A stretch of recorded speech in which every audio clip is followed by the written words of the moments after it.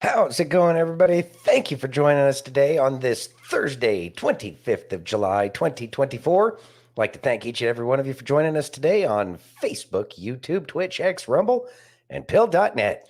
And if you haven't already, especially since Thursday, and I messed up yesterday and said, see you on Monday, because I thought yesterday was Thursday, go ahead and give me a virtual hug so I know you guys still love me. She needs it. Yeah. I do need it. If you're over on Rumble or YouTube, hit that thumbs up. If you're over on Pill, take that red pill. If you're over on X, smash that heart. And just know that we love you and we have a lot to get through today. Apparently, there's things going on. There are. Let's say hi to everybody. F. Clint's back. First place. Early bird gets the worm. What's up, F. Clint? He did strike back. He did strike back. F. Clint strikes back. Aaron says. There's Aaron. So sad. Poor F. Clint. Reduced to eating worms now. Well, it is Bidenomics, Aaron. Remember that. You know, you will eat the bugs. And he thinks he's a bird. Well, you know. You know. Steph in the house. What's going on, Steph? Actually texted me yesterday and said, "Are you really not going to be there tomorrow?" I love you. Thank Steph. God for the mob out there keeping it real. Keeping it real. Got Chachi in the house. Chachi, what's going on, man? Got Miss Jam. Graham Jam. Hello to everyone on Pilled, Rumble, and Twitch. Obviously, she's on X. Yeah, she's on X. Yeah. Got Miss Tammy in the house. Hey, Tammy. Thanks for joining. Got Mike in the house. Got Mike. What's going on, Mike? Got Lightspear over Lightspear. Who has been dethroned as first between Aaron and F. Clint because taking a beating over there, Lightspear. Yeah, you on are. Build. And Bethany Ann. We all love Miss Bethany Ann. She's amazing. She does amazing things. Y'all probably don't see it, but we know she's amazing. Y'all should too. Yeah, she's absolutely amazing. All right. So, how was everyone's evening? Wednesday evening, not Thursday. Yeah. I don't know why. For shame. I know. Hang my head and shake. Okay, I'm done. You're over it. I'm over it. Yeah, good. So, are you ready? Yes. Because there's a lot. You say there's a lot. I don't know why you're dilly-dallying. Because I was talking. Dilly-dally. Yeah. There is no dilly-dallying. You did. Gonna be sad. I was gonna be sad too. Yeah. Yeah. It was a brain fart. So. Yes. The Republicans finally stepped up. No, they didn't. Last night, a group of House Republicans led by Speaker Mike Johnson restored the American flag, which was removed by the pro-Hamas group during Netanyahu. Netanyahu's visit to Capitol Hill. You ready? I don't think that's Netanyahu. Just listen. Whatever. Yeah, so we're going to take flags that were flown over the Capitol and we're going to replace what happened here today. We had, of course, the protesters were here, pro-Hamas protesters. They tore these flags down and they put up Palestinian flags, but today we're going to raise the American flag. Yeah, this is overdue. It should have been done earlier, but we've been pretty busy. So it's the first that members could get out here and put the appropriate flag flying over Union Station once again. So shameful what happened here today. Instead of protesting, you should be standing with your country. We will. We literally walked off the House floor after votes and we came straight here. So that's I appreciate you guys. Yeah, thank you. Y'all ready? All right. Give the word, Mike. Standing by.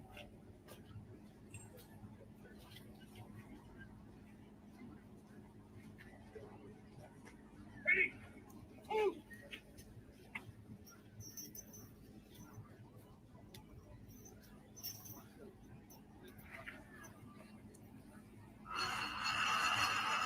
Woohoo! Yeah!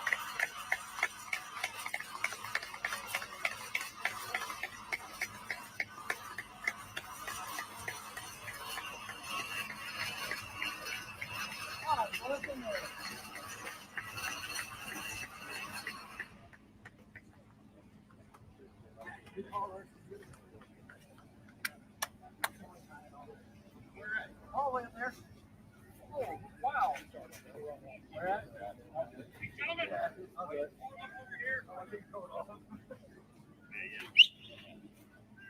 over here, guys. I know.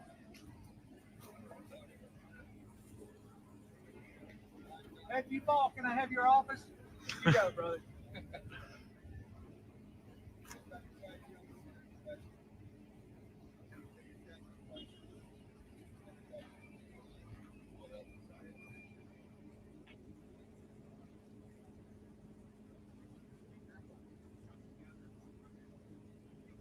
That's good. They'll change them out tomorrow with a big one.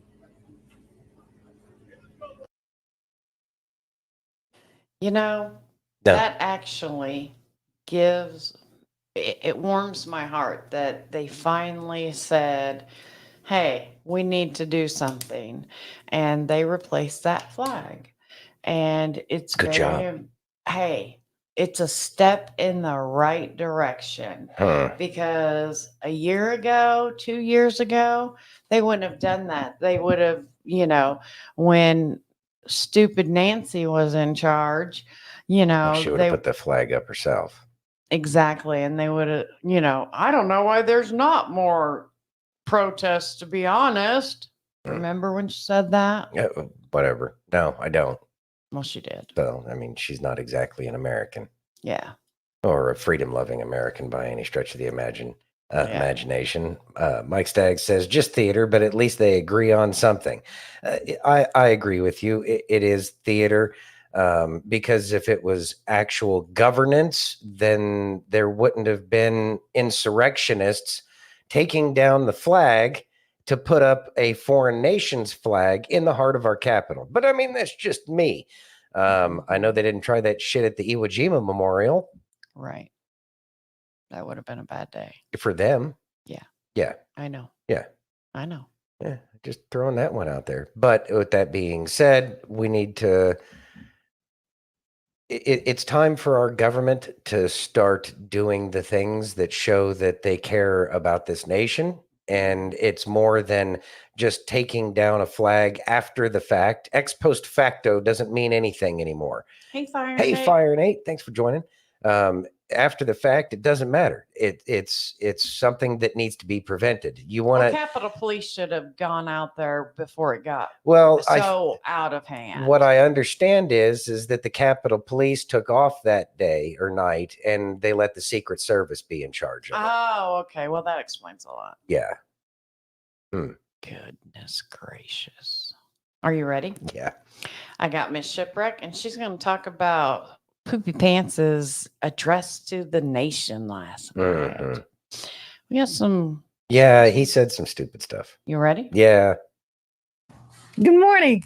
You ready? So, new Joe Biden gave a speech last night. It was reported that it was going to be live, but there was a lot of problems with that. For one, it started on time, and the live events rarely ever start on time. So, there's that. It's been pointed out that the timing on his watch doesn't match the timing that they would have started in DC. A lot of questions about the ears. He's got 2 ear holes. He said that second ear hole could be where his extra mic battery would be, and that makes sense. His earpiece battery, maybe. But that's a really long ear. Trump posted a picture of him watching it. It's a very clear TV he's got there. I watched it on YouTube, and he looked real tan. One of the very first things that I noticed about this when I was just kind of watching it is that Biden's hands were just a slightly different color. Now, that could be just lighting. He's got chiclets for bottom teeth. I don't know. I can't stop looking at the teeth. Walked out afterwards and they all had pizza and ice cream and celebrated Joe, and Joe had grown like a foot or 2 taller. It's probably fine. Anyway, he talked about passing the torch to a younger generation, and as if on cue, everybody all of a sudden starts calling Trump the oldest man to run for president since Joe Biden. I mean, that was strategic as fuck. This came after Netanyahu had sat and addressed Congress. He was asking for more money. He's really wanting us to get more involved in the war that he is having, specifically take on Iran, which I don't think any of us want to do. I do not want my children to go fight a war for another country in another country.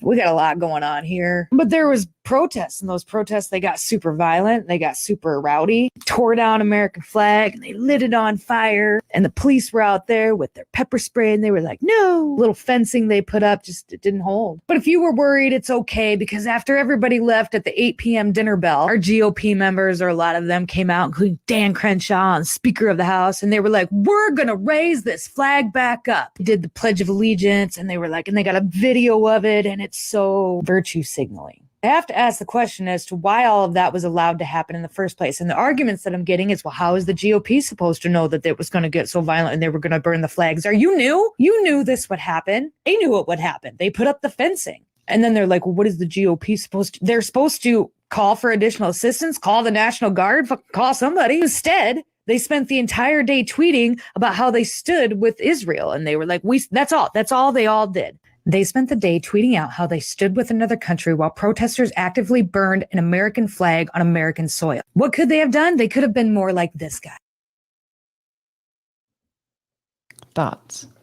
So, yeah, I mean, she hit all the major points. Why did they wait so long? And then Mr. Navy SEAL eye patch dude, it's I like, can't stand him. why weren't you leading the charge, sir?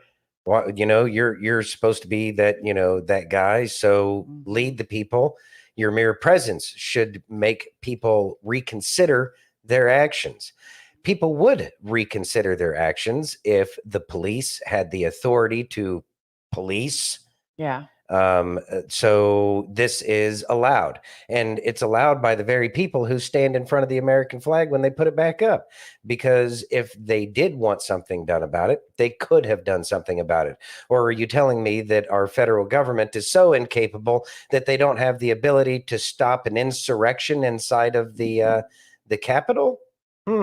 That's I know. interesting. They're really good at starting them and making ones that never were become an insurrection. Why does our government do the things that it does to make it look like the people who love America are the people who hate America? They appear more and more to me like they are the people that are trying to take us down. And it's not looking good for the home team at this point. I know that when Trump gets in, he's going to clean house a lot, but I also know that he's not going to be able to completely clean house. Right. And that's something that's going to have to happen.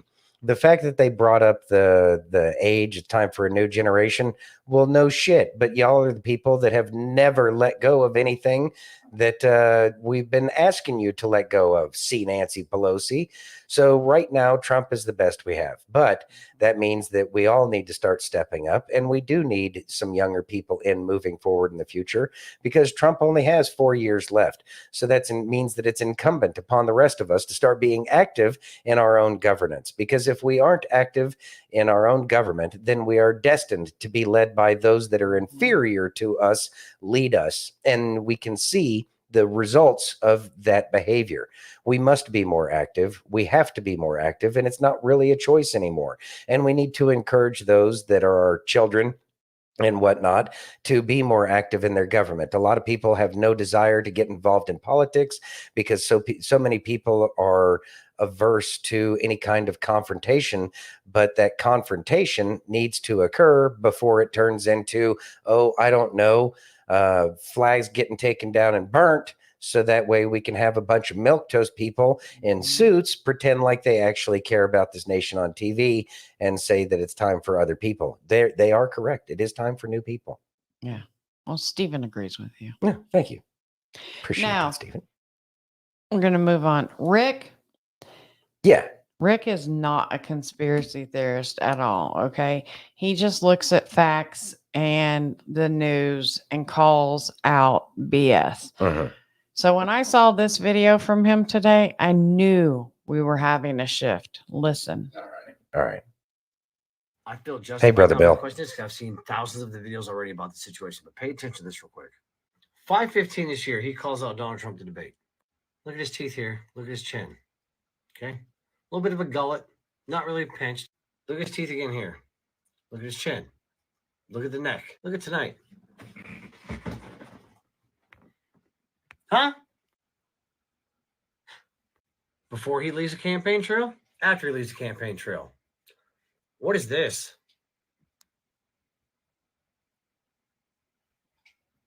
And look at the neck.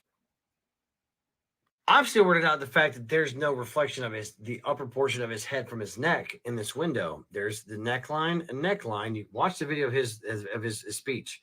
You can see when he adjusts himself, this all moves, but there's no reflection of his head, just that in the window. Weird. I even panned out to the side. You can see neckline matches, but there's no reflection of his head. All you see is trees. History is in your hands. His neckline moves, but his head doesn't. Watch closely.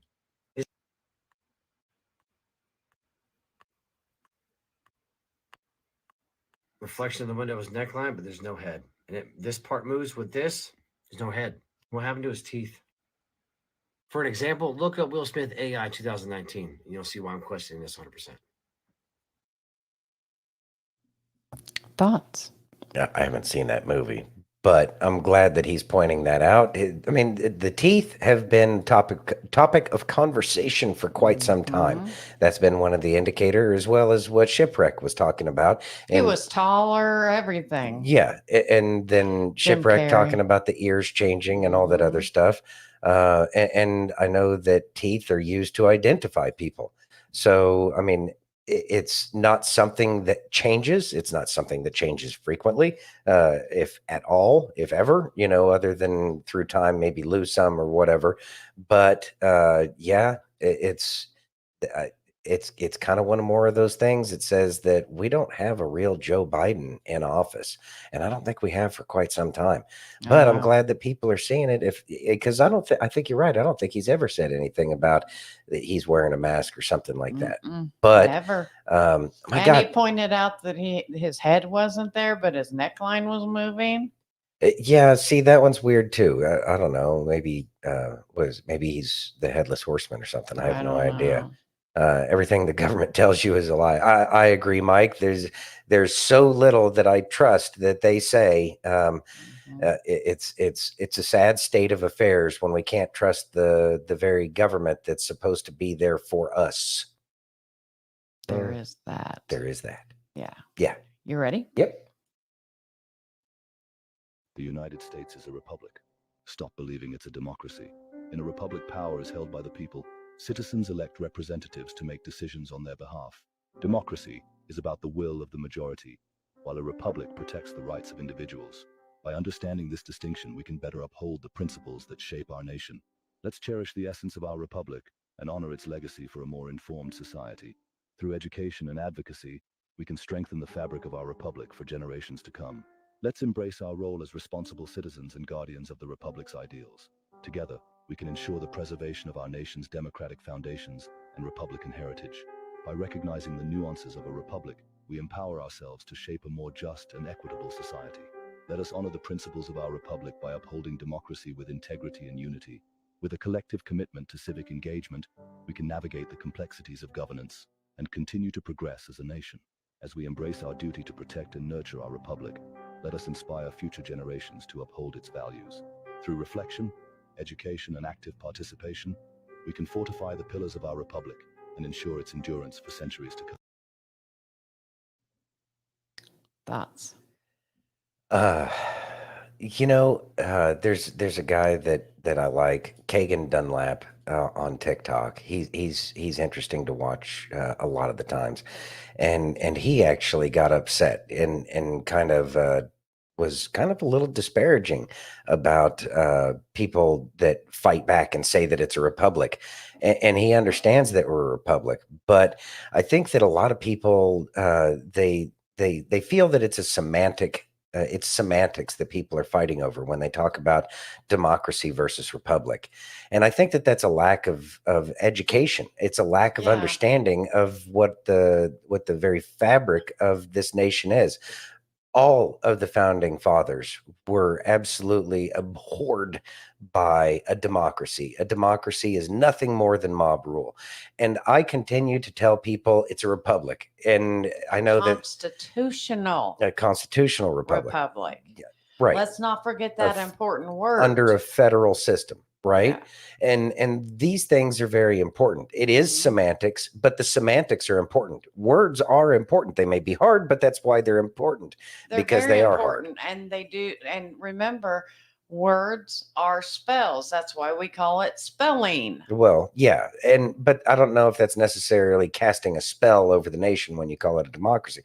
Well, I mean, I guess you could say it is. Yeah, it is. Well, but the thing is we need to hold true to the fact that it is a republic, and people need that education. And it's like, and maybe it's more about, instead of saying it's a republic, maybe it's more of, what's a democracy?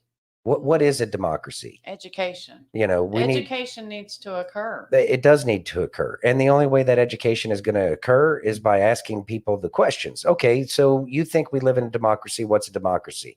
It's America. No, it's not. What is democracy? Answer the question.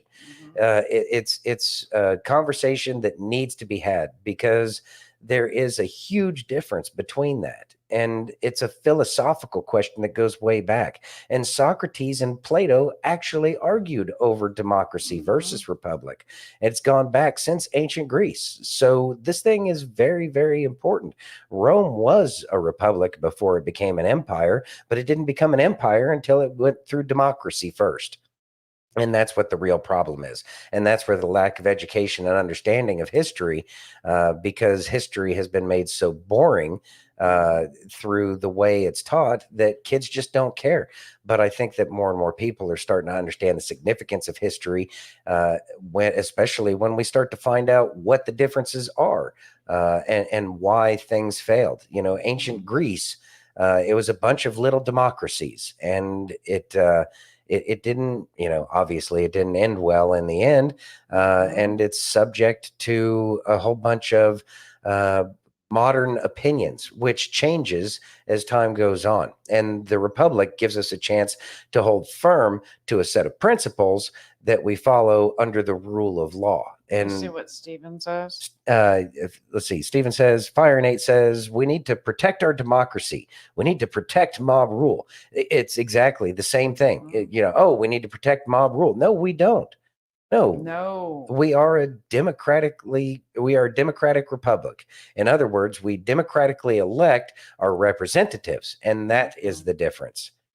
Bill says, words have power, and everything that is spoken into existence. Didn't mean to get loud. Yeah, you know what? Get loud about it. Mhm. We do need to get loud about it, because we do speak things into existence. We do. So thank you both. Thank you all for the correction. Yeah, words are spells, and we do need to make sure that people understand that this is a republic. But I do think that it's a lack of understanding of the difference between the two. Yeah, exactly, Mike. I pledge allegiance to the flag of the United States of America and to the republic for which it stands, one nation, under God, Yeah. indivisible, with liberty and I justice agree, for all. Steph. I agree. I don't understand why he calls it a democracy, but I think that It drives think me it's- nuts. I think it's a political move. I think it's a political It- move. It still drives me nuts. It doesn't make me happy either. Yeah. But he does call it a democracy. Tracy, you are absolutely correct. Tracy says Republic gives more people the right to stand up against our government, Mhm. to make our voices heard. Democracy takes from us. Amen. Yep, every single time. Constitutional republic. Mhm. Yes, sir, Brother Bill. Yes, Mhm. preach. Say it louder for the people in back. Are you ready? Yes, We need some good stuff. We real do. Quick. oh, here we go. I truly believe that one of the most complicated relationships you will ever be a part of is the one with yourself. Because you can't walk away from you. You can't turn your back on you. And you can't take a break from you. You have to find a way to love yourself every day, even when you don't want to. You have to learn to forgive yourself for every mistake you have ever made and deal with every one of your flaws. And getting your shit together, well, that requires a level of honesty with yourself you can't even imagine. The truth is, there is nothing easy about realizing you've been the one holding yourself back this whole time.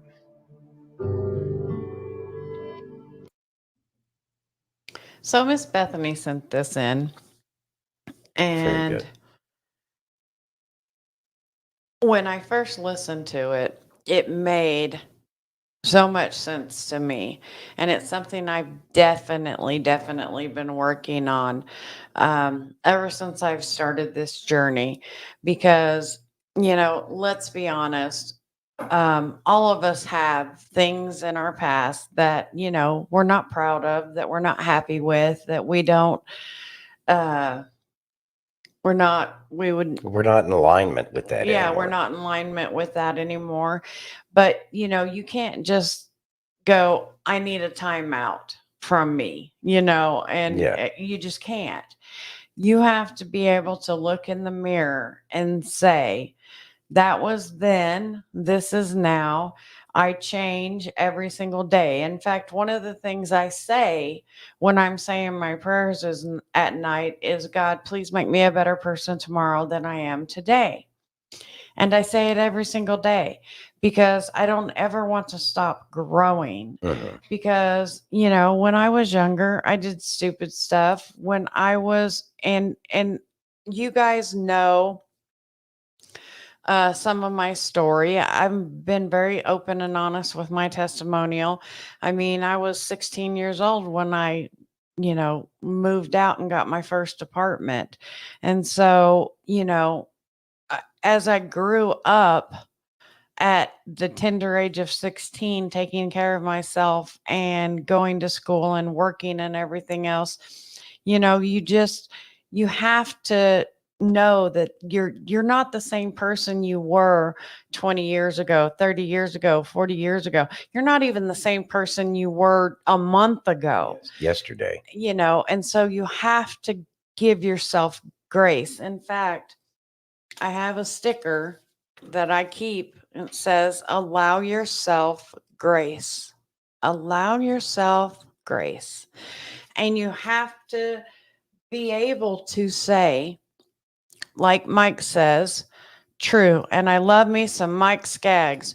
You have to be able to look in the mirror and say, hey, I love Kay. With Well, I all mean, the you don't have to flaws- say I love Kay. Kay has to say I love Kay. Yes. Yes. But you have to be able to do that. You have to be able to look in the mirror and know that everything that has happened to you in the past, everything you've done in the past, everything that you've worked through has brought you to where you are now and the great person you are and the even greater person you'll be down the road. Thoughts? Exactly. It's beautifully Hey, said. Denise. Hey, Denise. See, Tracy, so you understand what I'm saying. Being emancipated at 16 was tough. I love me some Stephanie too. Let's see. Bill says every cell in our body is completely changed out in a 7-year cycle. Yes, sir. Yes, I have heard that on more than one occasion, and that's another reason why you should give yourself grace. We should Mhm. always give ourselves grace because really, if you look back at everything that's happened in your own life and understanding that hindsight is always 2020, it's Mhm. easy to second guess the decisions that you made once upon a time. But really, if you put yourself back in that spot where you were at that moment in time in life, could you have done anything different? You did the best you could with the information you had at that point in time in your life. Mhm. This is why you have to give yourself grace. You make the mistakes. You recognize that these were mistakes. Lord knows I've made pretty much all of the mistakes. But with that being said, I try not to make the same mistakes again and again and again. Mhm. And that's another reason why I give myself grace and why you should give yourself grace too, because you do recognize that things aren't the way that you would like them to be. As a matter of fact, it's human nature to do the very things that we know we shouldn't be doing. It's human nature to not do the things that we know that we should do. That is part of being a human and it's part of our human experience. And so, by understanding that that's what is ingrained in us as we try to become better each and every day, Mhm. we need to forgive ourselves. And you are the only person that can look at you in the mirror. And it's just like, well, I mean, even Michael Jackson, the man in the mirror. You have to be happy with the person and the man in the mirror. And it doesn't mean that, and you should give yourself forgiveness for the mistakes that you made. You should give yourself grace for the things that you didn't do as good as you wished that you could have or would have, or didn't give yourself grace for the things that you didn't do. It's okay. You are still here. You still have more chances. Just because you didn't take advantage of an opportunity back then, it wasn't the right time. If you also go back to that time and recognize that you didn't take advantage of those opportunities that you wish you would have, you would also probably recognize that based off of your emotional state at that point in time, that you probably would have messed it up. And so, because you have a lot more wisdom today than you did before. And so, this is why we need to love ourselves each and every day and forgive ourselves and give ourselves that grace because you are the person that's most important. You are the main character in your own story. Mhm. And you know what? The world is better with you around, and we all learn something from each and every one of us that we interact with. And so it's a great thing that we are still around to continue to do it differently each and every day. And we should take advantage of those opportunities. Tracy says, the death of my husband has made me appreciate life, my friends, my family, and everything even more, even God. I appreciate him even more today than I did before. Beautifully said. Beautifully said. Steph says that's why people say, Bill, when they haven't seen you in a long time, I hardly recognize you. Exactly. I don't know if anyone here has ever heard of Les Brown, but he talks all the time about, running into people from your past and they say, pardon me, and they say, I barely recognize you. You're not the same person that you used to be. No, I'm not. I'm That not that person. guy. I'm not that girl. That girl's dead.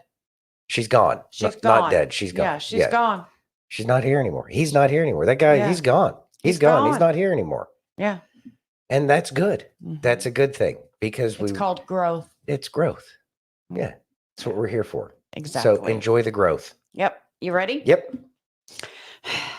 Oh God. Yeah. Oh. I'll be running for president of the United States. And we have states. And they're united. And because think about it. States should be united. And all the states now, well, they have a president to preside over them. Oh, that's good. And think about everything that we see and that we haven't seen yet in order to reside and live in those states.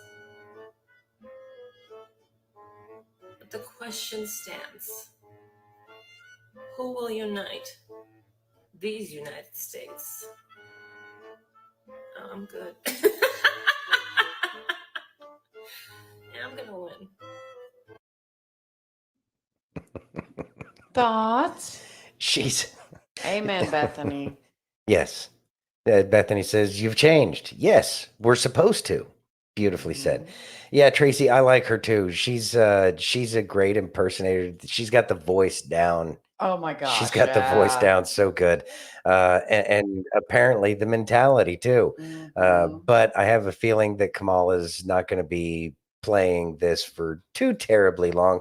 Although I heard that Obama actually endorsed Kamala today. So I don't know. We'll see. Reluctantly. Reluctantly. Yeah, Mhm. yeah. We'll Yeah, we'll her see what happens. TikToks are funny. Yeah, she's got great TikToks. Yeah. Yeah, she's really good. You ready? Yeah. We're gonna be on Kamala for a minute, so Uh, just hang on to your hats, people, and know that I do love each and every one of you. Let's go. all right. I just think it's funny. There are so many people that dislike DJT, have not and will not vote for him because he has had alleged side chicks. Meanwhile, these same people are simultaneously pledging to vote for an actual side chick. Let's have a discuss. So Mamala has already received an overwhelming support from the delegates and has received enough delegate support to become the Democratic nominee for this year's election. That's all fine and dandy. But let me ask you a question. What about the American people? What about the right to vote? We're always talking about a threat to democracy, but when you take away a primary and the ability for the American people to show their support for a candidate, is that not a threat to democracy? Sounds like a coo-hoo to me, but I'm not saying she doesn't have all the support. She may, but you got to do it the right way. Just like you expect everybody else to do it the right way. It's crazy to me. Do you remember you would go see a movie back in the day and you had to wait months. I'm talking about months for these movies to come out on VHS or DVD. Now all of a sudden you go watch a movie and like a couple weeks later or a month later, it's out on Netflix or some other streaming service. I feel like that's the same with conspiracy theories. It used to take years to prove these things true. Now somebody says something, it seems a little bit fishy. You wait a couple days and you're like, oh shit, that was not a theory. That was not a theory. This is a weird world we live in. Thoughts? So I think he was being funny. I think Eric. he was trying to keep from getting bananaed on Yeah. certain platforms Mhm. that he communicates on. Yeah, Is you why he know used the how letter we- P in the word Yeah. coop. Yeah, you have Cool. to. Yeah, you have to be very careful what you say on some of these platforms. On some of the platforms, they're not so American as they want to make it sound like they are. Yeah, that's the thing is they've been getting screwed over on the Democratic Party. Well, of course he did, Tracy. You know what she's done for him. Yeah, well, yeah, I know. Well, at least Willie Brown came out in support of her. I mean, if he didn't support her, then what was Kamala going to do? It's oh, geez, like what happened to Bernie Sanders. Not that I like Bernie Sanders in the slightest, No. but they screwed Bernie. But Mhm. that was because it's about turns and who wins the empire and all that other stuff. There's a real Game of Thrones thing going on over there on the Democratic Party. Fortunately, since Trump came around, the Republican Party finally has a chance to be Republican again. So the Democratic Party is going to have to show itself. I know that when Bernie got screwed, a lot of people were very disenfranchised with the Democratic Party. And I think that what we're seeing right now and the remnant that's remaining with the Democratic Party at this point in time, they're just sticking with that horse until it's done. They have nothing else. They have no choice. They're backed into a corner and they're just Team Blue. Yay, Team Blue is all they are. They have no Well, you see what thought Mike process said. in terms of in a second. Okay. They have no thought process in terms of whether or not what's happening right in front of their eyes is actually counter to the principles that they talk about that they hold so dear. And it's sad to see the Democratic Party like this because I think a strong Democratic Party is very important to the running of this nation as long as we have parties. But that's just my own opinion. All right, what did Mike say? says, have you ever noticed that the left want us to be united, but they want us to come to their side, not interested in coming to my side? Exactly. Not even interested in listening to what our Yeah. side is, and then using the brain cells, since they want to tell us how smart they are, use all of that brain power that they have and actually come up with some kind of, I don't know, solution or a compromise that would work and be beneficial for everybody here. Right. Again, they think it's a team sport. Right. Tracy agrees that it was wrong what they did to Bernie Sanders. Mhm. Aaron says, at Mike, I think the left, on the left, are the ultra mental cases. Ultra mental cases. Trainees and such, You know, and a few power hungry sociopaths that know how to play Mhm. little magic tricks and get Mhm. people to follow them no matter what they say. Right. And they say some of the dumbest shit. They really do. Bethany Ann says, not even taking a chance to entertain what we believe Mhm. and why. Yeah, they don't ever ask the No. who, what, when, where, why, how. Right. You know, Never. no, they are just, you have to believe what I believe, otherwise you're a fascist. Mm-hmm. Yeah, say that again over and over until it makes sense to you. Yes. Yeah. Classic, Aaron says, classic brainwashing tactics, literal cults of insanity. Yeah, it is. And then Steph says, Ooh, oh, look, a ooh, shiny shiny. object. Let's follow it. Tracy, we're going to miss you. All Gotta right. go get 15-year-old is ready to be picked up from work. His job interfering with my Facebook time. LOL. Have a great night, y'all. Have a great night, Tracy. You know what, Tracy? If Thanks you for make stopping it by. back, come on back. If not, remember, you can go back and watch the rerun. And we love you and drive safe. Yes. Be safe. Exactly. Jan says, is everyone in every group of the left wants us to follow them? Everybody in the every group of the left wants us to follow them, and yet they don't even follow themselves. They don't even agree with their own crap, I know. and they're hostile about it to themselves. Very bad. And this is why people have been saying the left is going to eat itself. Mm-hmm. And we've been watching that, and people have been getting sick and tired of it as they've seen the way things have gone, and they've been bailing out on that. And so more and more people are becoming independent or libertarian or whatever. But I think that's healthy. So you ready? Yep. Got more. All right. Listen to me. I don't give a damn if Kamala Harris is black, if she's white, if she's Chinese, Japanese, Filipino, Indian. It doesn't matter. If she was a bad vice president, which she is, she's not going to make a good president. All she's done these last 4 years is tinker around the country with one talking point, only speaking in rhyme, and she has aided in the destruction of this country right alongside Joe Biden. If you're going to vote for that, knowing everything that you've seen these last 4 years, then you're an idiot. Thoughts? I ended up reading a lot of that stuff. Refresh my memory on a couple points that she was making. She said if someone's a bad vice president, they're going to be a bad president. And she is a bad vice president. And all she does is go around speaking in rhyme. Well, okay, yes. And then when I did catch that part. And then the thing that came to my mind instantly. For her because she's a woman, you're an idiot, is what she said. Well, yeah. If you vote based off of identity politics, you're an imbecile and you shouldn't be allowed to vote, in my opinion. But hey, whatever. Because unless you identify as an American, in which case then you care about everybody. But going back to Kamala being a terrible vice president, she has been a terrible vice president. She was the world's worst border czar, and now they're trying to remove the whole border czar bit from all of it. But the good thing is there's enough information out there to show that she was appointed as the border czar, and nothing positive came of her czarness. Her czarness. Yeah. Exactly. F-Plane. She was very to the point. She was to the point. Yeah, it was a short one. And so if she was incapable of doing everything at a lower level, then why does anybody think that she's going to be able to do more at a higher level?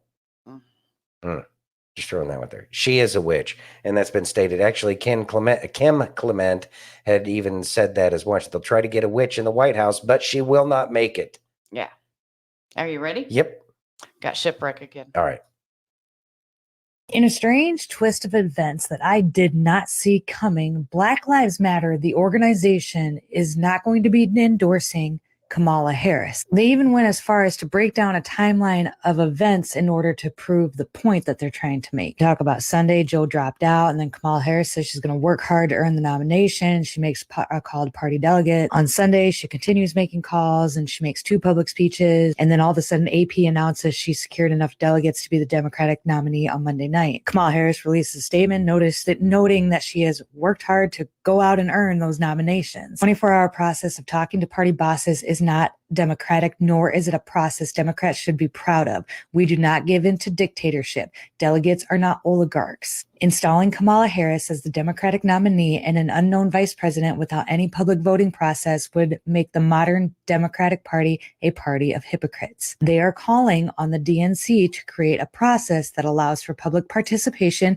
in the nomination process, not just a nomination by party delegates. In their full statement, they state, historically, Black people have been loyal Democratic voters, but time and time again, the party has taken our votes for granted and prioritized political theatrics over our real needs. They want to recognize the historic sequence of events, but they also want to make sure that they are calling out the undemocratic process and engaging in vigorous discussion in the issues in our community cares about. We do not live in a dictatorship. Delegates are not oligarchs. Any attempt to evade or override the will of the voters in our primary system, no matter how historic the candidate, must be condemned, and we demand, again, a snap primary. I feel like that's going to burn some balls. My takeaway from all this is very encouraging. Their stance is not necessarily about Kamala herself, but the process that the Democratic Party is taking in order to replace Joe Biden. And that's huge because they're right. What the Democratic Party is doing right now is not okay. They took away your freedom to vote, your freedom to choose. It wasn't okay.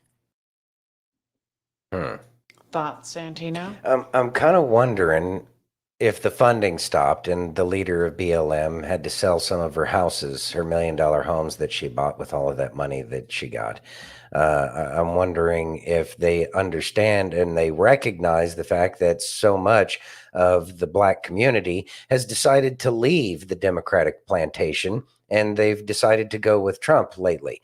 Now, granted, there's still a lot of people who side with the left and the whole BLM thing because they don't understand the depths of how much they were used by that organization, Soros-funded organization.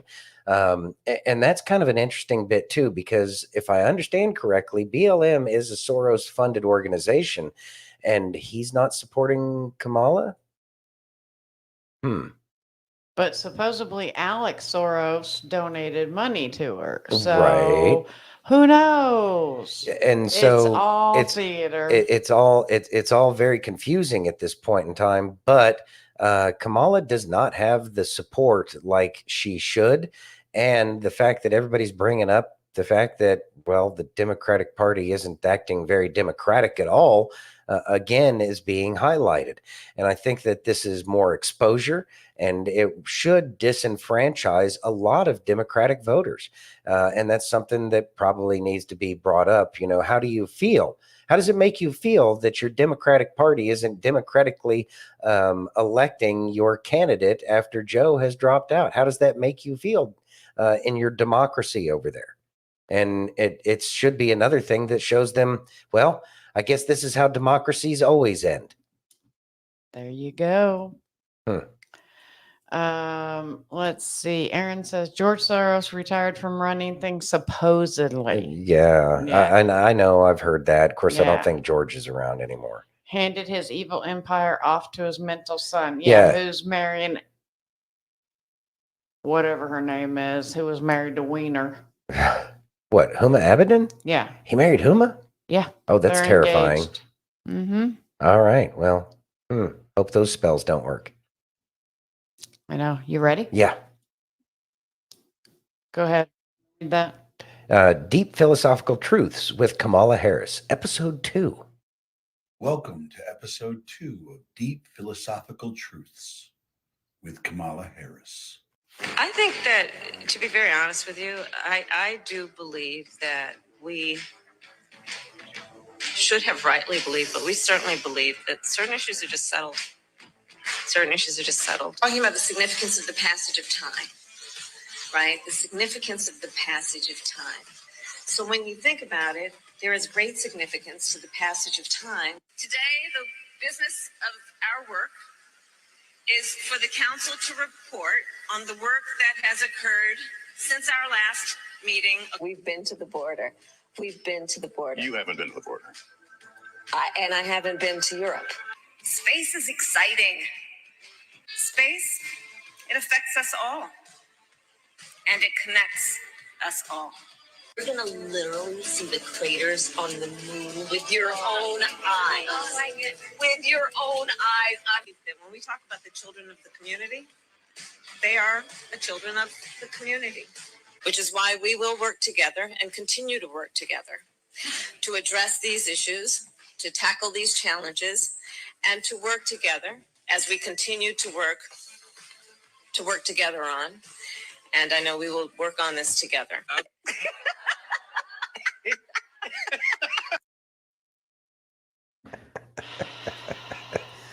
I agree, Steph. It hurts my head to hear her talk as well. She will go down as one of the greats of philosophical teachers. Because space connects us all. I know. Because how doesn't space connect everything? So brilliant. I know. So brilliant. You ready? She needs to write a book. Don't take that back right now. She needs to write a book. Ugh. Please write a book, Kamala. Oh my gosh. See? What? See, people agree with me. What? No, just no. She needs to write a book. That would be a great No. book. Oh goodness, no. I'm burdened.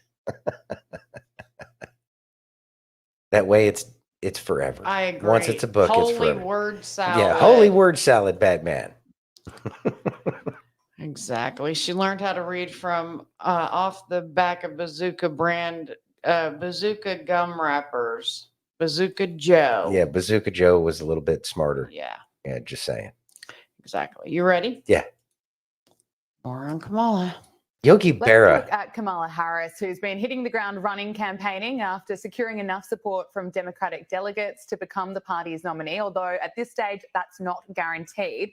But there is a good chance that she'll be going up against Donald Trump in November. So here are the top 5 things I put together about what we need to know about Kamala Harris. And Peter, I'd love to get your thoughts about what I've missed in a moment. But let's look at what she did in 2021. She went on television to throw her support behind a move to defund the police. Right now, what we're seeing in America is many cities spend over 1/3 of their entire city budget on policing. But meanwhile, we've been defunding public schools for years in America. We've got to re-examine what we're doing with American taxpayer dollars. That grab was from 2020, but she also raised bail money for Black Lives Matter activists. Some of those that she helped release went on to commit further crimes, including murder. Now, what does Kamala Harris like to work for? Well, 92% of her staff left in the first 3 years as vice president. So what does that tell you about her ability to lead? Also in 2020, her campaign was such a mess that she dropped out before voting day. But of course, this time around, she's close to becoming the Democrat nominee without earning a single vote from the public. And of course, she was part of the cover-up where she repeatedly told the American people that there is nothing to worry about when it comes to Joe Biden's mental fitness. And in Joe Biden, we have a president who is probably one of the boldest and strongest American presidents we have had in his response to the needs of the American people. But he is an extraordinary leader, and I wish that people could see what I see, because there's only one person who sits behind that resolute desk. So the way that the president's demeanor in that report was characterized could not be more wrong on the facts and clearly politically motivated. Thank God our president is in good shape, in good health, and is ready to lead in our second term. Peter, what did I miss? What concerns you about Kamala Harris? Well, one thing that she is going to face a lot more scrutiny on is really her own political record, because during the Biden era, she's really kind of been able to draft behind him. And the fact that she supports far left policies has kind of been moderated by the fact that as the VP, she isn't making policy. But now all of that's about to, get right back into the spotlight. And the last time her shortcomings were, facing as much scrutiny as they're going to be, she dropped out before Iowa. Was pulling below Andrew Yang.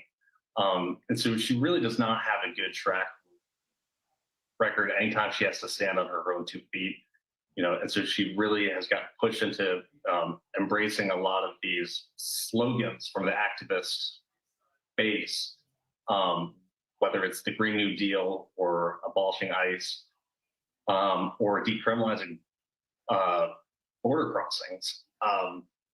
A lot of the stuff is really going to come to the forefront. She's going to have to defend it to a general population after not being able to do a good job of defending it to her own voters in 2019 and 2020. And so she really is going to be, she's kind of in the honeymoon phase right now, but she's going to come under the microscope, and she's going to have some answers for why she believes these things, or she's going to have to, blatantly flip-flop and say she doesn't want to abolish ICE or implement the Green New Deal. And a lot of this really goes to kind of, one of her core weaknesses is people don't trust her. And I think, it's not hard to see why when the voters can see Biden, clearly in a mentally infirm state, and she comes out and tells them that actually Joe Biden behind closed doors is doing cartwheels and solving Rubik's cubes with one hand, and so it really kind of goes to the core issue of, can you trust Kamala Harris? And Kamala Harris says Joe Biden's fine. 80% of Americans say he's not, and so these are really the issues that she's going to have to explain. Well, let's even as sympathetic as the media coverage has been, she's still going to have a tough time. Thoughts? She's consistently lied. Mm-hmm. And that's something that is another disappointment for me, for all the brilliant people on the left, or at least the self-stated brilliant people on the left, is that they're comfortable. They're comfortable with the fact that she's done nothing but lie to the American public about how great Joe is doing. And so if you were just to have merely opened your eyes and paid attention to what's been going on with Joe since he entered office, it's not like this has not been a sudden onset kind of thing. The dude's been mumbling and losing everything for, his entire presidency. And so she's been lying to the American people this whole time, and yet they're still content with her because of what? How can you justify the fact that this person's been lying to the American public this entire time that she's been vice president, just to merely give the appearance of party unity and loyalty to a person is greater than a loyalty to the country? That somehow is an important part to become president of the United States. So when she's not loyal to whatever idol she worships at that point in time, it's kind of disturbing. So who will she be loyal to now? We already understand that they are puppets. No, we understand that that they are puppets, and that there is a puppet master, but the puppet master that she bows down to, on her knees. Well, I mean, there is that. The puppet master that she kneels down to is going to be, there you go. The puppet master that she kneels down to obviously doesn't care about presenting a good face for the American people. Exactly. Granted, the president of the United States shouldn't have a puppet master, and yet they're still content with allowing Kamala to lead their party as their nominee for president of the United States, even though they have no say. I am very confused about the Democratic Party and how they're able to allow the things that they allow, considering that they're so vociferous about everything that they hate about the right, yet they're content to allow it within their own party. Exactly. Yeah, she's obviously not loyal to her husband. Remember that wet one Jill planted on the first gentleman? Hmm. Aaron says, at Denise, while I agree with you, there are so many more serious crimes, including treason, which has some serious potential penalties if convicted. Let's see. Bethany Ann says, as a mandated reporter, I struggle. Yeah. Bill says Tim Curry is probably playing camel toe at times. The actor from Rocky Horror Picture Show, good fit for Kamala. I agree. Are you ready? Not bad. Yeah. So we got Sassy on Kamala. So Okay. earmuffs. Earmuffs. Do I want to talk about Kim, the shithead cheetah, or old cackling camel toe? I'll do like C.T. Harris, wrapping moose knuckle around the pole, sliding way down. Your favorite cackling reincarnated hyena. You come out of swinging, throwing punches at DT already? Girl, you in a battle of wits, and you unarmed, girl. I'm Attorney General. He's a felon, you see? In what's been sought, how we're different. Bitch, please, you of all people wouldn't know that I'm different. It's always talking that shit. You can be unburdened by all that's just been that. I used to charge people. He has charges. Helen Keller seen that shit coming, and that bitch is dead. Among many other things. He did fly a plane, though. Story for another day. Kamala, nobody wanted you. You are literally the definition of default. One default Democrat coming soon from a donor near you. And the poor dumb dick Democrats can't even see that just you being where you're at, you've already infringed on the rights of the American citizen. They've never wanted you. You remember not the mama. Little dinosaur with the diaper holding the skillet. And I ain't talking about Joe Biden at 8 p.m. You're the not the nominee. You've had the worst polls of any vice president, of any running candidate in the history of fucking ever. Yet somehow you still got where you got. Don't be proud of that. You were put here by people with money, not because the people wanted you. There's last resort, and then there was you. You were dead last behind dead last. Nikki Haley did better than you. And that heifer literally lost to nobody. Gonna talk about Trump's failing and trumped up false charges. You all got that in common. Hashtag Jamal True Love. You don't want to talk about that. You may not got your hand caught in the cookie jar. The cookies was being baked right under your nose, and you didn't even smell it. Kind of hard to believe that you could run a country when you don't know your own damn deputies is framing somebody for murder. But you Attorney General, that pack's as much worth to me as Dollar General. You Comedy Central. What you are witnessing with Kamala Harris right now is a silent coup against democracy. I said what I said, and the Helen Keller ass Democrats is too blind to see it. Now let's move on to Kim the shithead cheetah. I see she resigned yesterday. And then what? Let me tell y'all something right now. She putting a secret in Secret Service. I gotta be careful what I say here because you know this. This was one of two things. This was the biggest DEI fuck up in the history of history. Or this was an inside job on T-Daddy's life. You can't make me believe shit otherwise. I don't care what timeline you in. It is number one or number two. This was not a mistake. This lady's barely qualified to breathe on her fucking own. Those questions are definitely questions, yeah? Oh my fucking damn. This was a blind eye being turned so that a 20-year-old inexperienced assassin, concocted a plan to outsmart the smartest, and he fucking did it. The most capable to protect the most important in all the land. 20-year-old pretend Republican did all that without any help. Yeah, sure. I don't know if it was number one or number two, but both things should scare the hell out of you. If you've been following this Crooks case, that kid didn't act alone. That kid couldn't have acted alone. What should scare you is how dumb people are getting into these positions and can't do these jobs, and how far that the true elite of this country, them fucking arms can stretch. How many heads it can turn. How many eyes they can close shut for that right fucking price. And when I say elite, I ain't talking about your favorite Beyonce's third cousin, Elroy Carter. Well, I'm talking about the real people that run this country. Professional foreign adversaries couldn't have came this close. But a 20-year-old in Butler, Pennsylvania, and the fucking Bushes did bullshit. Somebody wanted Trump dead, and they almost achieved it. With an inexperienced pawn. That is scary fucking shit. You may never know what actually went down, but you will never convince me. This assassination attempt on Donald's life was a fucking Bob Ross. A happy little accident. It was a Bob Ross. If you know, you motherfucking know the difference between the two. Oh, well, Lord. Thoughts? There's been a lot of news, and I think it's hilarious that Kamala Harris is trying to paint the picture of the prosecutor versus the felon, yet so many people got screwed over because of her prosecutorial years.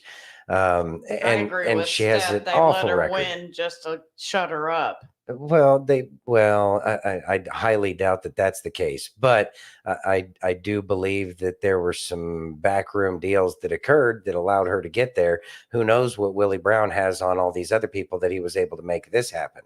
But people are bailing on it, to include apparently Black Lives Matter. They don't even like her. Exactly. So that's interesting. And then Cheeto, leaving Cheeto. the Dorito security guard. Yeah. She it's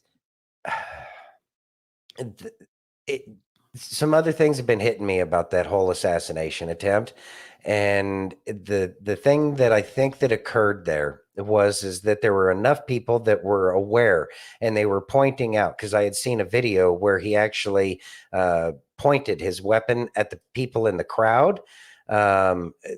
Pointed his weapon at the people in the crowd, and I think that he probably had to try to go ahead and do his part a little too early for the main shooter that was going to.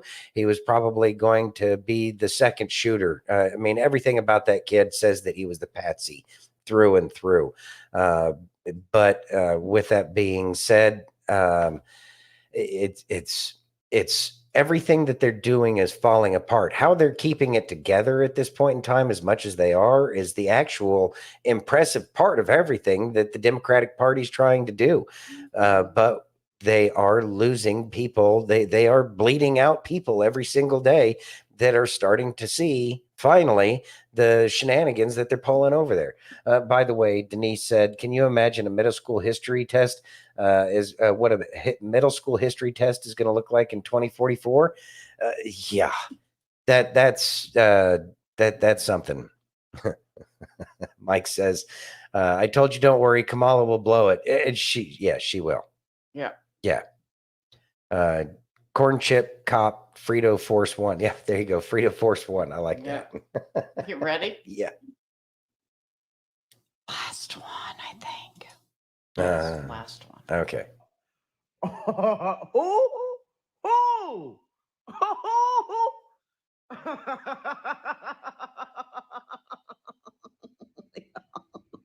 gotta stop.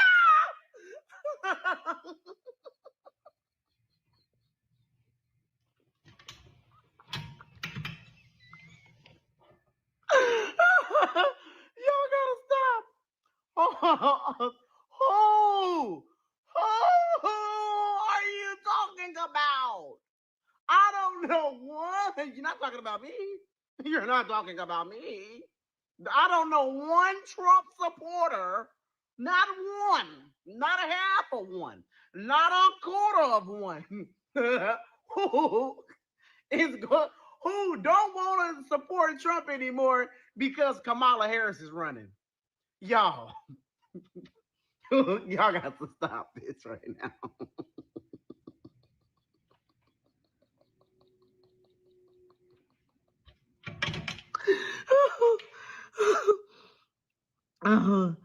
I needed this laugh. Ooh, y'all, come on, please. Please stop the madness. Y'all, please stop. Oh, if you are a Trump supporter and you are voting for Kamala Harris now, please let us know. I'm trying to figure out who has dropped their support for Trump for Kamala. Please come to the front. Raise your hand. Raise your hand if you are the one. Because I don't believe this. I don't believe this. I don't believe it. I don't believe it. Who? Who? How about this? I don't think nobody's going to raise their hand. Raise your hand if you are not voting for Kamala Harris. I bet you there's going to be 1 million people raise their hands in the comments. Raise your hands, people. Put your hands up if you are not voting for Kamala Harris. Put them up in the air. Thoughts? Who are these people? Where does Newsweek find these people? I don't know. Like, who actually that was voting for Trump before said, you know what? That Kamala is a really brilliant person. I think I'm going to vote for her. Like, Yeah. who says that? I don't know. It's I can't fathom like the idiocy that it would take to do that. Like, how swayed by television are you that you would actually vote for Kamala Harris after you thought you were going to vote for Trump? I don't know, whatever. Bill says that clip is racist because it's against dead people voting. Ah. Oh my goodness. Who is actually switching that? Like that, it doesn't even make sense. But it tells you that they think that there's some kind of fix in. They're going to try.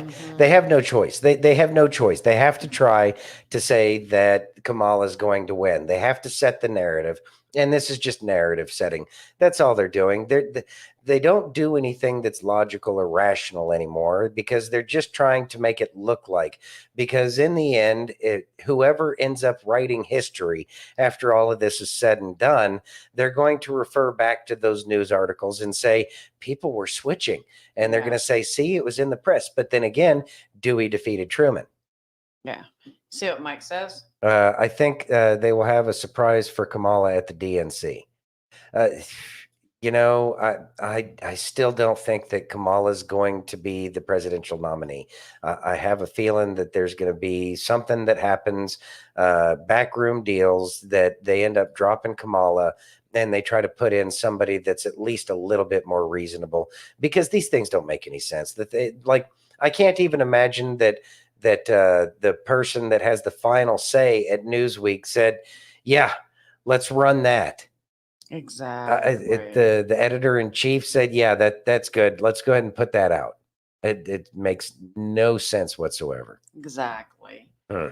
So I got Kim Clement. Ah, You ready? yeah. This one was pretty cool. All right. America will become united. You say, Kim, that to me is totally impossible. Bill O'Reilly told me it wasn't. I don't care who told you what. I'm telling you from the Spirit of God that there shall be unity in the United States of America. If not, take united out of it because God is bringing unity. There'll never be perfect harmony, but there's a certain unity that's coming within the church and within the certain groups where that unity will cry out to God, and that unity will break the power of the raven. That's the Middle East trying to tell us that we cannot survive without the oil, without the energy. Come on. We know that God has something for us, and he's going to bring unity in this nation.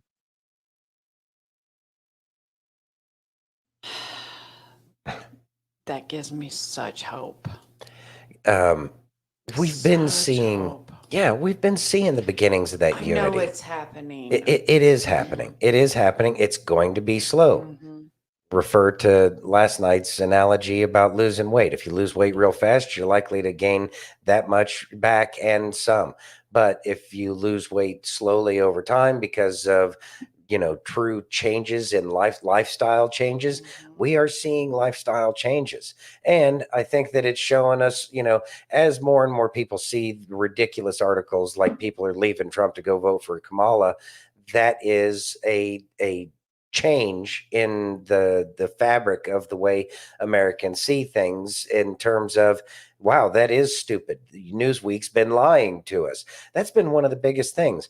And then he brings up the oil as well. And I think that that's been one of the problems is the deals that have been made with the Middle East for their oil they've held that over our heads because a lot of our oil got burnt through real fast at the beginning phases. Thanks, John D. Rockefeller.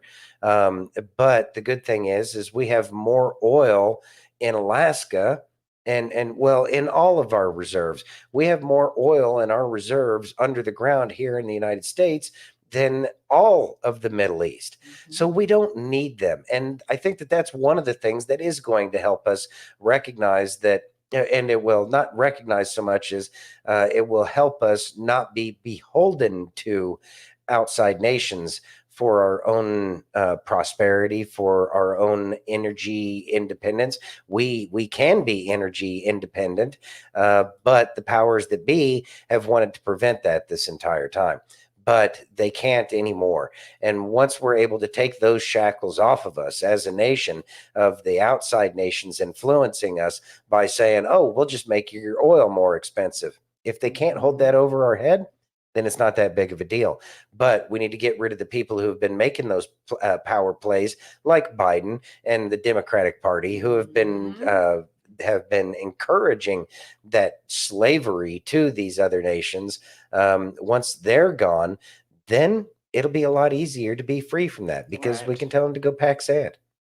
And Lord knows there's plenty of sand over there. Exactly. So this is going to be very encouraging. It's a long video, but everyone needs to listen to her story. All right. A lot of you wanted to know how I made the change from a radical leftist protesting Donald Trump to a free thinker ready to vote for Trump in the next election. So here's my story.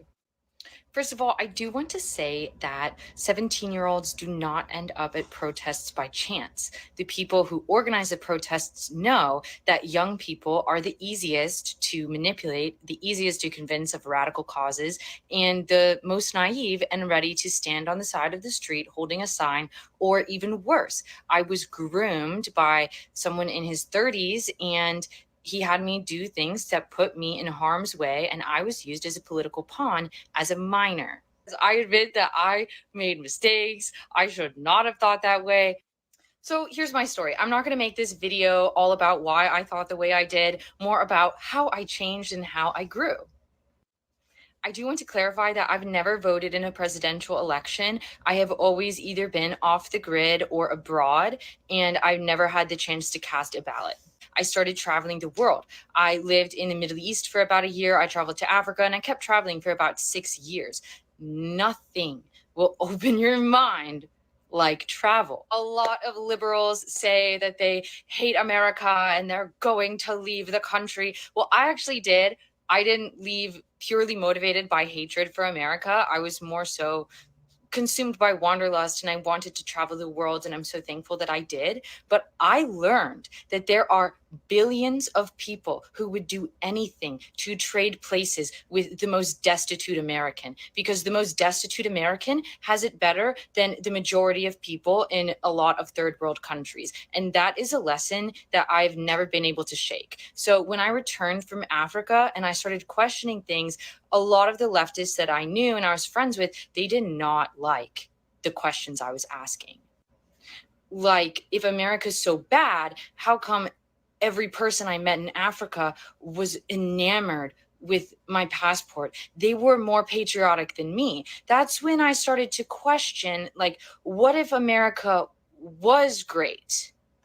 I started to question things, and the hostility that I was met with from leftists who did not like the questions I was asking, it showed me that there was something that I wasn't supposed to figure out. And then I was walking down the street one night in my hometown, and I was chased by 8 men who all had these. So that showed me that, oh, maybe self-defense is an important thing. Maybe the Second Amendment wasn't evil. Also, I did a road trip from California to Florida, and I was in the passenger seat of a Tesla, and the whole way we were filling up or recharging at solar panels. And I realized, and I'm not a mechanical engineer, but I realized that a tiny solar panel is not enough to charge the car like that.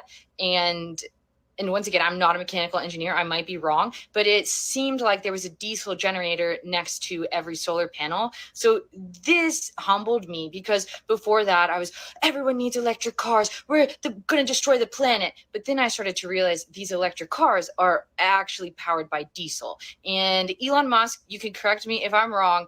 I totally respect Elon Musk. No matter what the answer is for what those diesel generators were, it helped me start to think, maybe I'm not being told the truth about climate change. Maybe there's more to the picture. It humbled me, just like traveling humbled me, to make me take a step back and think, oh, there's more to the picture that I'm not seeing. Also, in 2020, I moved to California, and I expected to meet all people who thought like me. I thought everyone in California was Democratic. But then I realized a truth that seems to be true all over the world, that leftists gather in the cities, then that gives them more power, and people with common sense live in the rural areas. So I met a lot of good, decent, hardworking farming people that they helped show me the light. I also want to be clear that I did not flip from one extreme to the other, like a lot of the commenters said. No, I would consider myself a moderate, and I would also consider Donald Trump to be a moderate. Saying that America is great is not radical. It is great. And in 2020, I also realized that Donald Trump being at the helm of our metaphorical ship protected us from slipping into tyranny because he is a federalist, because he gave the states rights. I moved to Puerto Rico, and there, the COVID mandates were absolutely insane, and that red pilled me harder than anything. No, I don't need a mask or a card to eat, walk down the street, go swimming in the ocean. No, that really ruffled my feathers, and now I value freedom more than anything in the world. I also realized that the left only has three things: ad hominem attacks, emotional appeal, and appeal to authority. There's no logic, there's no reasoning. It's all manipulation and it's all control. If you want freedom, you would be a Republican. I've realized that Republicans were always my friends, no matter my opinion, but I had a lot of fake leftist friends who, as soon as I started questioning things, they wanted nothing to do with me because those weren't real friendships. Those were cult bonds. Those were trauma bonds. Those were us against the world. Don't question anything. Scare tactics, fear mongering, victim mentality. So I started a business. I wanted to lift myself up. I don't want to be a victim forever.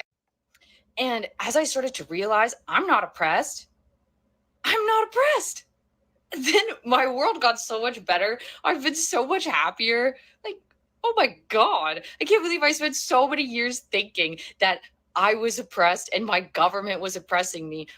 Okay, well, go to rural sub-Saharan Africa and meet people in shanty towns, and then come back here in your air conditioning with your purified water and all the amenities that you could ever dream of, and tell me you're oppressed. No, the illusion dissolved. It's over. I'm never going back.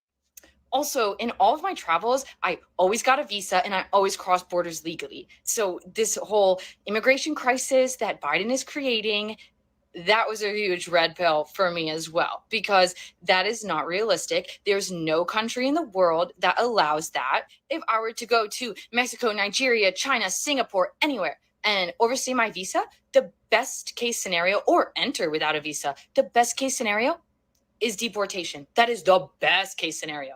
There's no other country that lets this happen like this. This is insane. And the final straw that broke the camel's back was I became an author.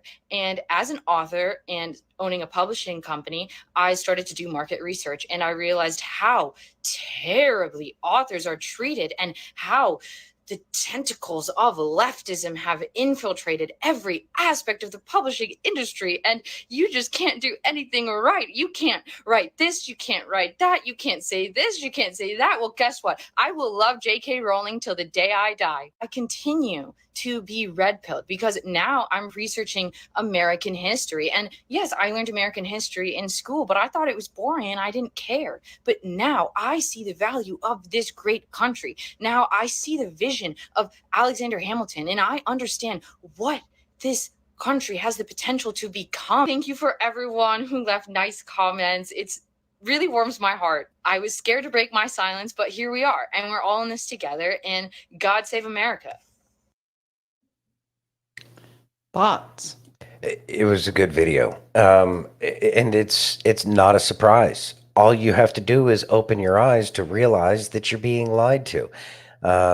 It's not a surprise, although I think she's a little off on one of the things that she said, and it goes to the fact that she says that we're not being oppressed by our government. Yet she was at underage a paid agitator.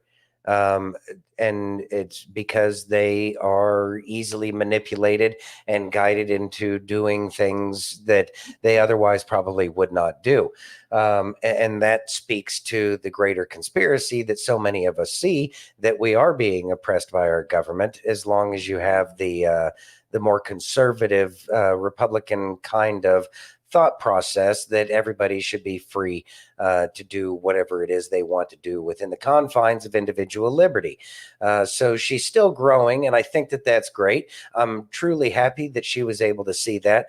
It's saddening for people to get separated from their friends group because, you know, she's like, oh, but hey, I had this experience. And then all of her friends attack her. And that's just kind of the way it is. But it's a same old tired story, or at least it's an exhausting story of being ostracized because you're trying to tell people the truth. But it's something that's gone on since the beginning of time, really. And that's why, you know, the Plato stated that no one is more hated than he who speaks the truth. And that's something that we find out. But that's one of the beautiful things about this nation is that we are a nation built on enlightenment principles.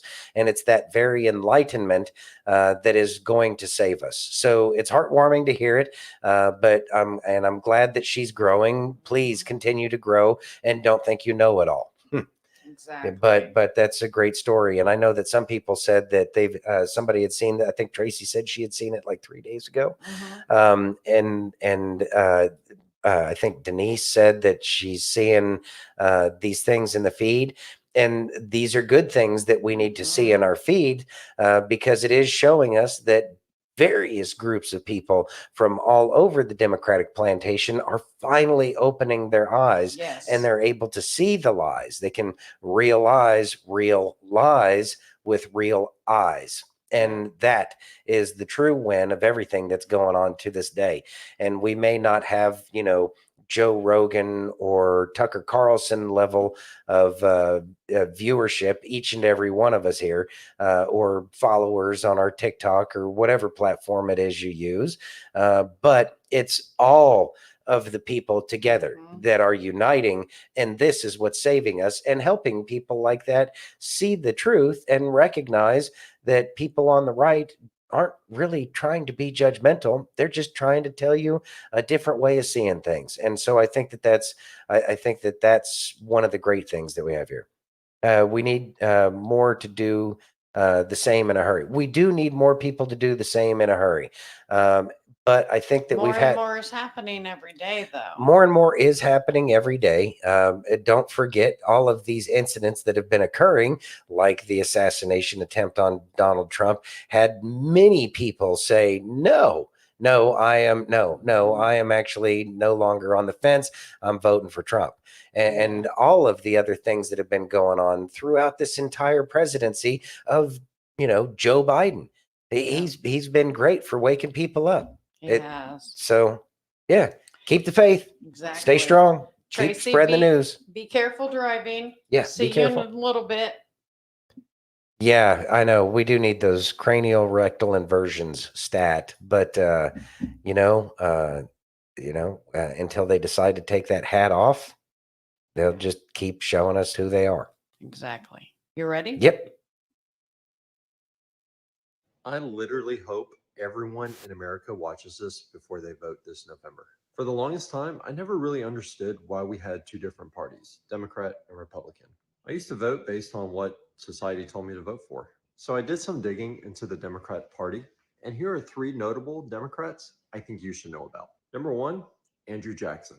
Now, if you don't know who President Andrew Jackson is, he was the 7th president of the United States of America, and he is responsible for signing the Indian Removal Act, which forced 60,000 Native Americans out of their homes to Indian reservations, which led to the deaths between 13,000 to 17,000 Native Americans, also known as the Trail of Tears. Surprising enough, Andrew Jackson was a Democrat. The second one I would like to talk about is President Andrew Johnson. President Andrew Johnson succeeded President Abraham Lincoln after President Abraham Lincoln was you know what. Before Abraham Lincoln was you know what, he was trying to give rights to people coming out of slavery. He was trying to give them the right to citizenship and land, 40 acres and a mule. Well, after people started getting their land grants, guess who took it away? That's right, President Andrew Johnson. He started to undo everything that President Abraham Lincoln was doing.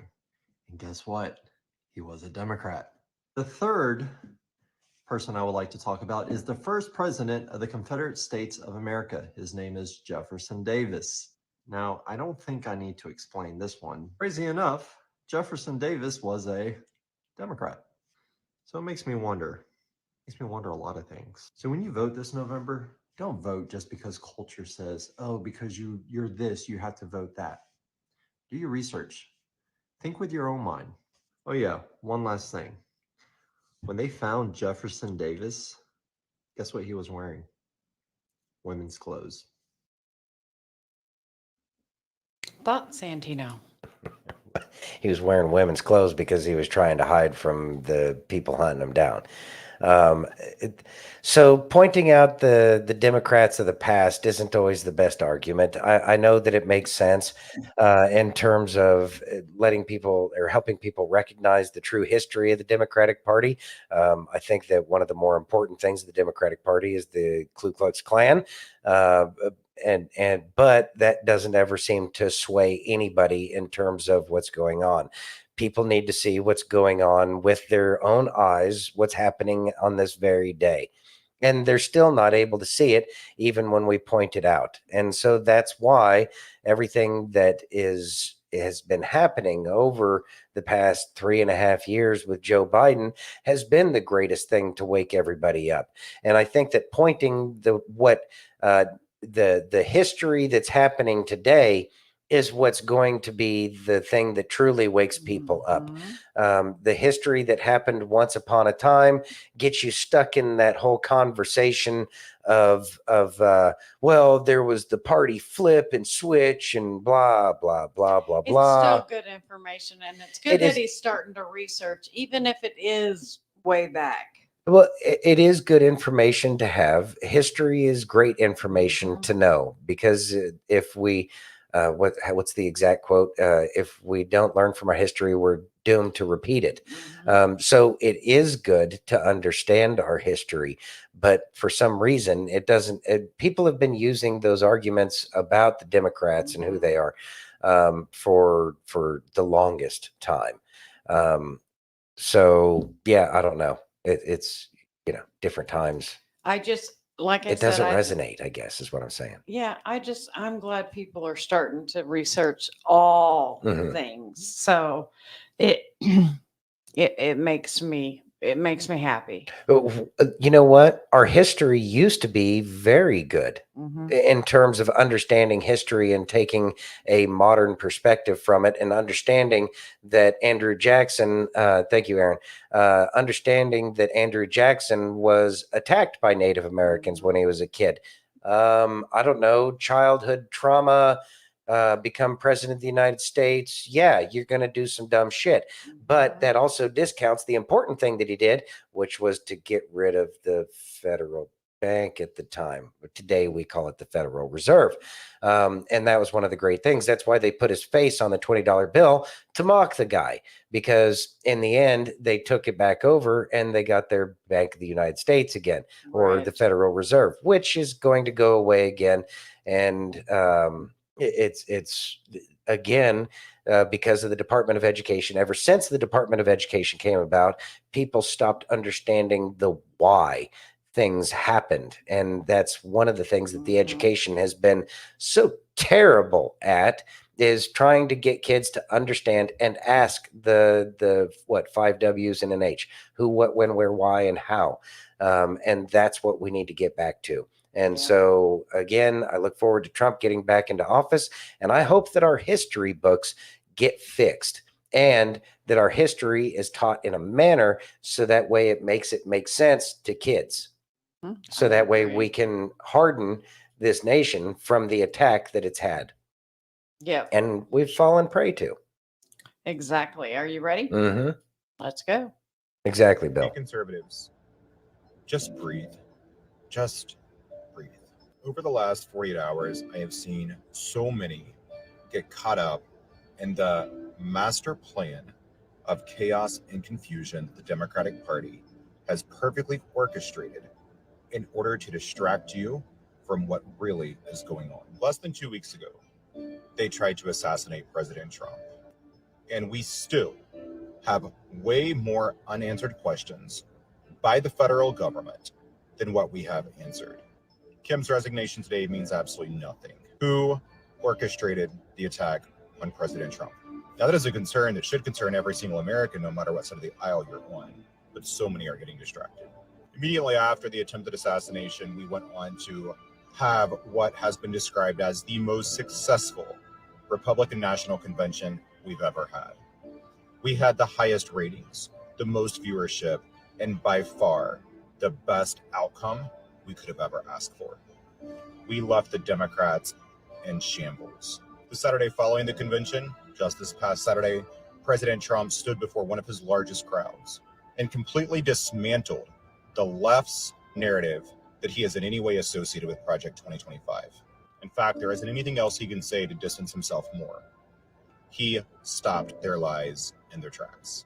And their next play, in a moment of panic, is to create chaos to distract you from the successes that the Republican Party and this Trump campaign has had over the last 2 weeks. I don't care where Biden is at. As long as the football is secure, that's all I care about. Kamala Harris and Joe Biden has put our country in national security target since the moment they stepped in office. So with Biden being MIA, does it create a national security risk? Of course it does. Is there anything that you or I, as everyday Americans, can do about it? No. Even Congress can't do anything. And that is why in the midst of this chaos that they have created, you need to be reminded of just how prideful you felt walking away from the RNC. Just how proud you were on July 13th to say, that is my candidate. That's the one that is going to stand up with blood running down his face and fight for America. Let them continue in their world of chaos. And we, as conservatives, whether here on the campaign or Trump supporters, must remain focused on the task before us. We are a party united as one. We are a party with the hand of God over us, and that's been displayed more so in the last 2 weeks than it ever has before.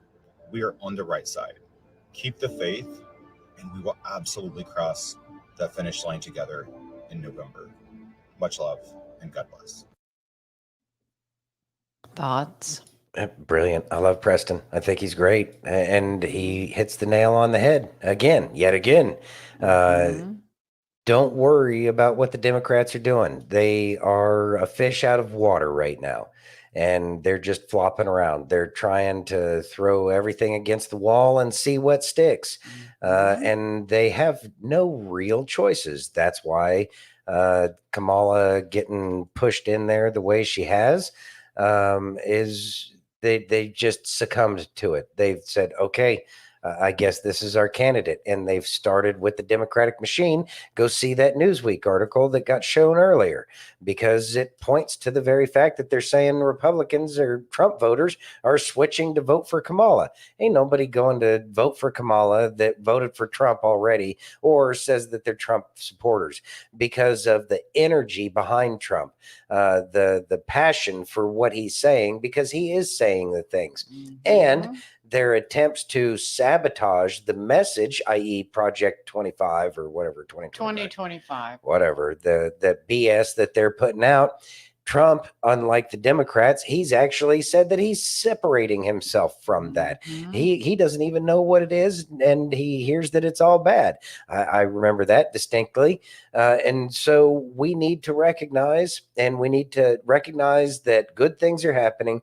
Stay the course, stay confident, stay positive in the fact that they've been screwing up on the left for so long now, and so many people are coming on over to the right at this point in time that it can appear transparent to us because we've been watching it for so long, and with the long memories that we have, that says that, the left is still doing the same stuff they were doing when Obama was president, but it's ineffective now. It's not working. And so we need to make sure that we are using the real eyes to see Discernment. use that discernment to see that they're just, what they're putting out there, just, it's not working. It's not working, and they lose more and more every day. So, keep that faith. Absolutely. So They are how- getting desperate, Aaron. How about some Kelly? All right.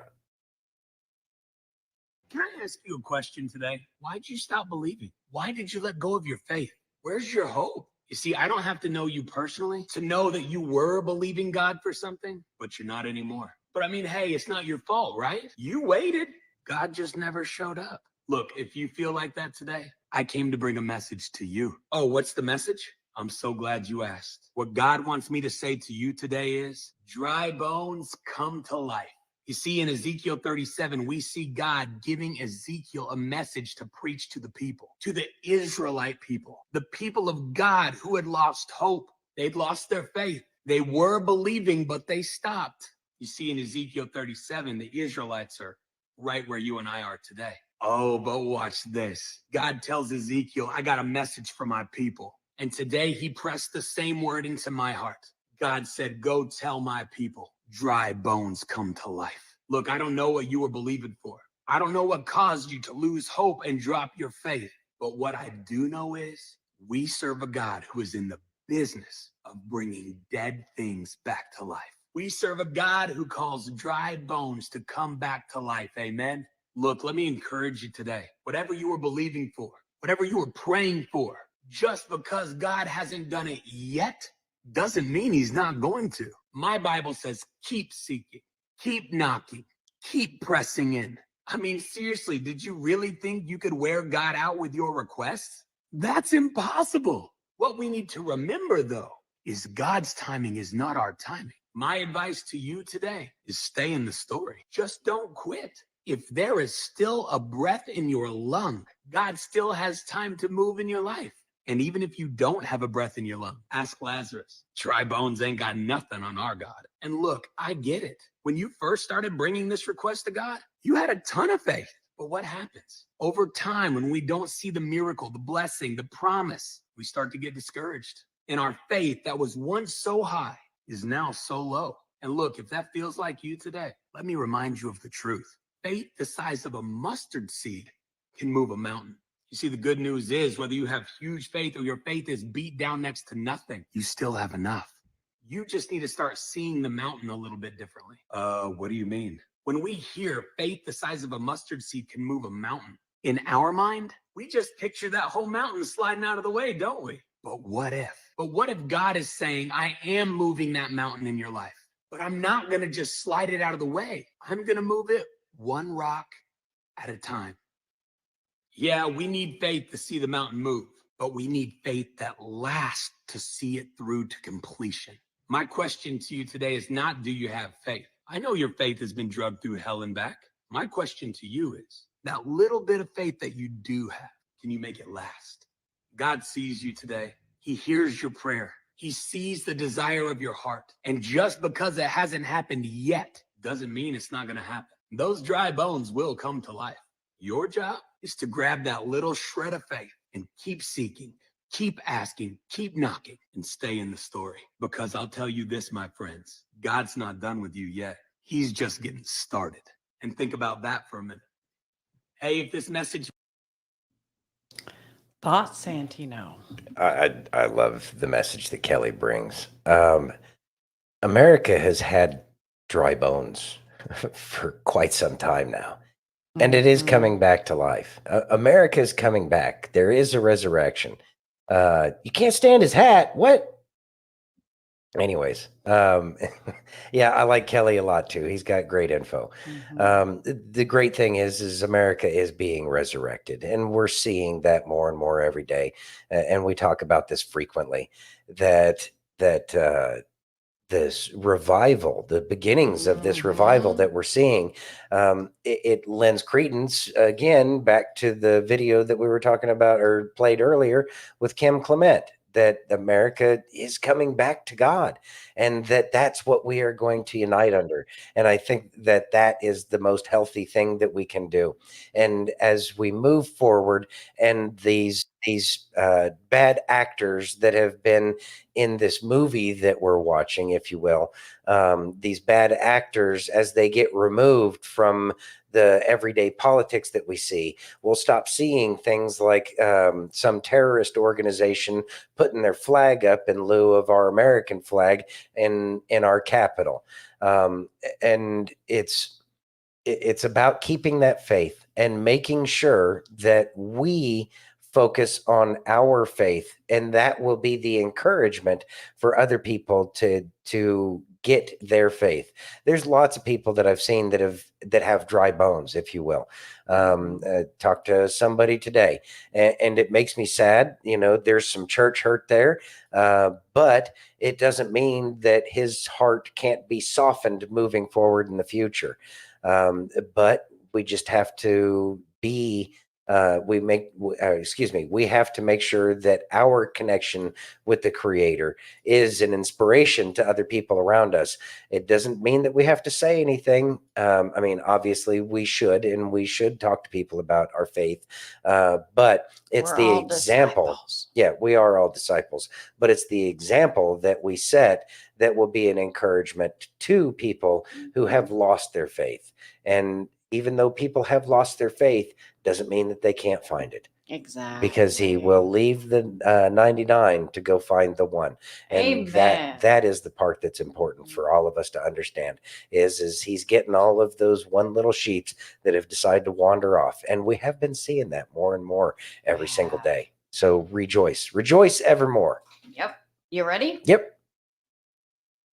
Netanyahu comes to the United States of America and gives a speech before Congress, and it was amazing. Iran is funding and promoting anti-Israel protests in America. They want to disrupt America. So these protesters burn American flags even on the 4th of July. And I wish to salute the fraternity brothers at the University of North Carolina who protected the American flag against these anti-Israel protesters. Well, I have a message for these protesters. When the tyrants of Tehran, who hang gays from cranes and murder women for not covering their hair, are praising, promoting, and funding you, you have officially become Iran's useful idiots. Gays for Gaza. They might as well hold up signs saying chickens for KFC. Why does he sound better than our president? I mean, he look old. He got a head full of white hair. His country is at war. He come over here and give a compelling speech. Our dude is over here stumbling and falling and passing out. What do we like? This is embarrassing kind of to America.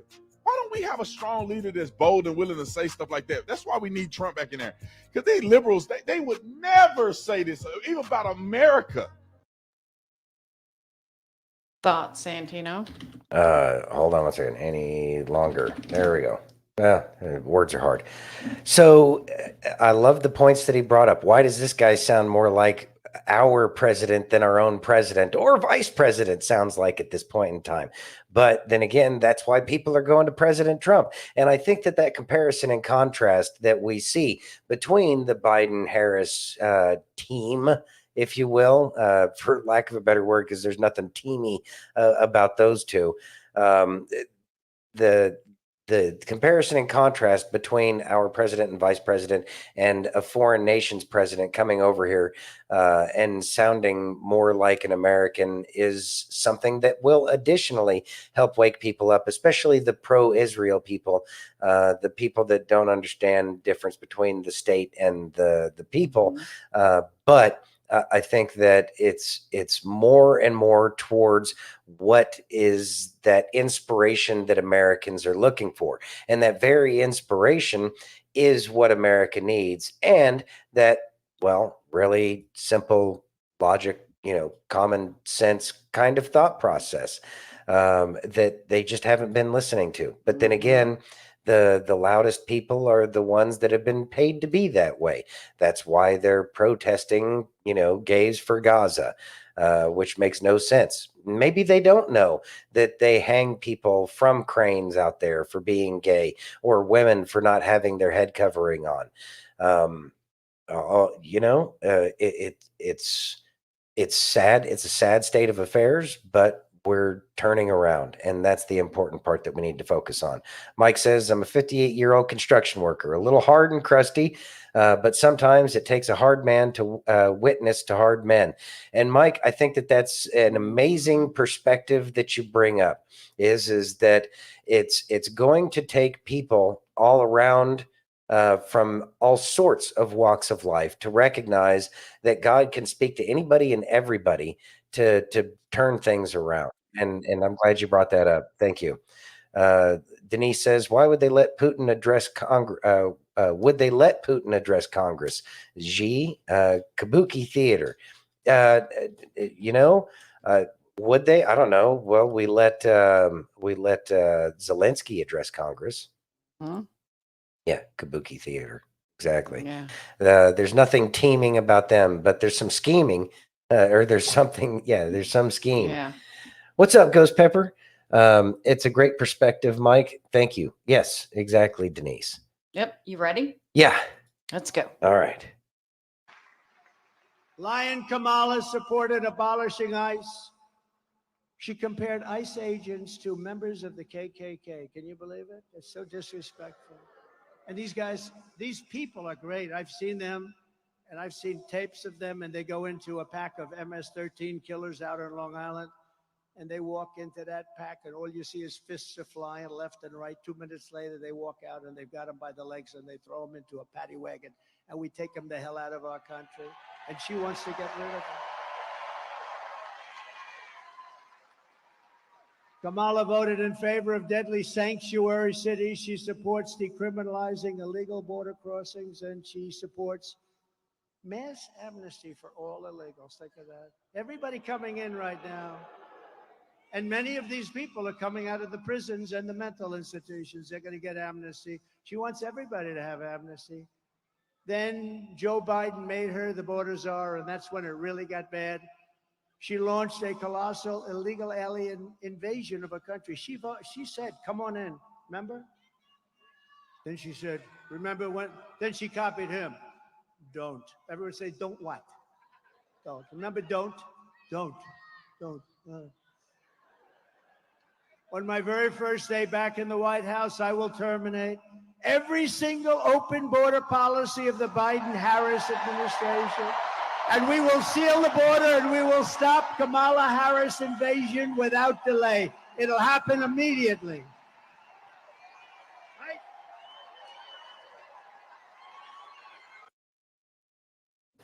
Thoughts, baby. I'm glad he brought up the sanctuary cities, because that's something that hasn't been brought up in quite some time. And Right. that is a huge black eye on the Democratic Party and the shenanigans that they tried to say, oh, well, we're a sanctuary city. And then all of a sudden, all of these illegals that they've never had before get dumped into their laps. And now they're whining and complaining, and they recognize the problems that it creates, that other cities down in the southern portion of these United States that have a shared border with the country of Mexico, where these states that, are down here, Texas, Arizona, New Mexico, Nevada, California, we've all been complaining about the migrant problem. And they have been saying that it's our problem and not theirs. And so now that they got a little bit of a taste of it, they recognize that maybe being a sanctuary city isn't a great idea. And this is part of the great awakening that we've gone through. And it's important to recognize that these things had to happen. Yes. You can't tell people, you must show them. Another Q quote. And so now that they've been shown this, we aren't hearing anybody pressing for their sanctuary status. And we're not hearing that anybody should say, like, I haven't heard anybody like legitimately say, yeah, we need to give amnesty to all these people, as we see the crime that they've been committing on the American citizens of this nation. And so they can have their fun for the time being. And they did their own they did their own downfall by talking about these things and then actually giving them what they said that they wanted. And so now they recognize that they need to be careful what they wish for. And now we are becoming more united because of the very problems that they've had to experience, like the rest of the nation has had to experience with these very problems. Because I can tell you, I've worked side by side with illegal aliens, and they can be very, very great human beings. And some of them, I wish that they would have gone through the front door. But a lot of the times, they're just here because they can make a lot more money. But they make, And then they bounce back. and then they go back. They send all their money back home, and then they bounce after they can finally retire on the money that they've made here. But the problem is that they've done it for a lot less of an hourly rate, therefore doing the jobs that Americans won't do. But the part that's always left out, for that pay rate. Right. And that's the problem. And so these problems will be going away, and more people of this nation, the citizens of this nation, are finally fed up. And this is the great part. And once President Trump gets back, there won't be as much pushback. The press won't have as much power as it had before because more people have left. Think about how much has changed since Biden has become president. More people have gone to the right. More people have stopped watching the mainstream media. More people have stopped dealing with the Democratic Party because of their policies are failing policies. They are failure policies. And so it's going to be very different. And I do look forward to the day when I can say that I'm tired of winning so much. Wow. You ready? Yes. Let's go. Mm-hmm. Bro, we all know he was from the blue side. He missed every one of his shots from 300 feet away in low winds with a scope. If that don't say Democrat, I don't know what does. I finally realized why blue's so anal to take our guns, because y'all don't know how to use the damn thing. These are just worthless. We should ban them. Let me throw some truth at you, my friend. Go to any target range all over America, and I guarantee you a majority of the vehicles in that parking lot are going to have a Trump sticker. Now, if you want to find a Biden sticker, you got to go to your local park and look for some really long-haired dude with his hair in a bun and he's wearing a dress and he's got a pink frisbee he's throwing. If you get him to flip the frisbee upside down, you'll find a Biden sticker. I'm not associated with the red side or the blue side. I'm associated with the orange side, the pumpkin soup party. I'm a convicted felon. And let me tell you about the pumpkin soup party. Y'all won't even allow us to carry pew-pew because y'all know what we'll do. Because y'all don't watch Juice and Boys in the Hood and everything. Y'all just trying to keep my party down. But believe me, there's going to come a time when y'all going to need the pumpkin soup party. Y'all actually going to need somebody took out. And we're about the only people that can do it. Thoughts? How am I going to say this carefully? I can say that the trades, the military, and a lot of people who were part of that pumpkin soup party recognize the stupidity that we've been going through. And we also recognize that it could very easily turn into a physical altercation between one side or the other. And the thing is we are all pro-American for the most part. I mean, obviously, some people in the pumpkin soup party don't exactly like any of it, but they probably got screwed in a lot of ways. But the thing is we need dangerous men to stand on that wall. We need dangerous men to stand between the real problems in society and the good people of this nation. I pray that it doesn't ever get to that point, because it won't look anything like what anybody thinks it will look like.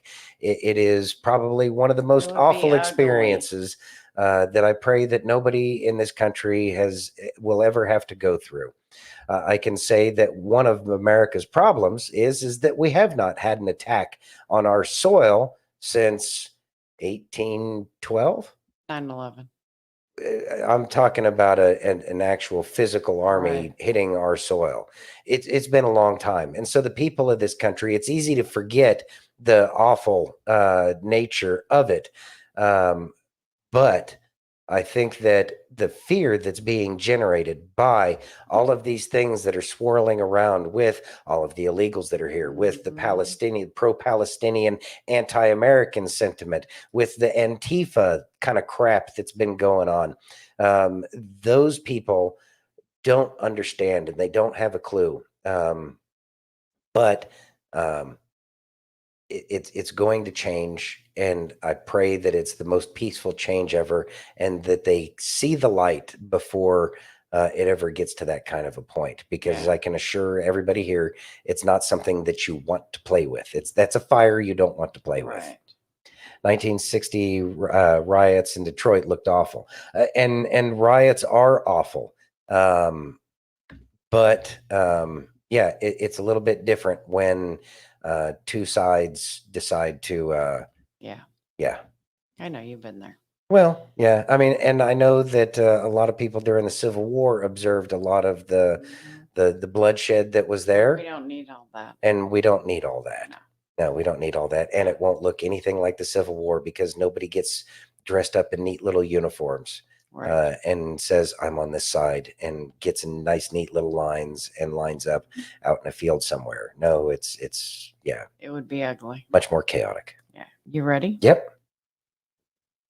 We need a real president. When you're chosen, the enemy will battle you over discovering your assignment.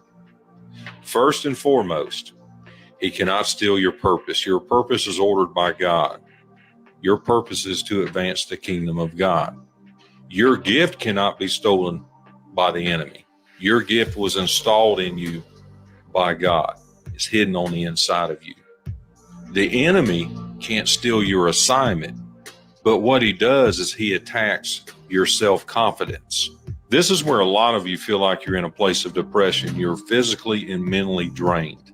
Sometimes you even feel like you're not even hearing from God. I'm going to tell you something.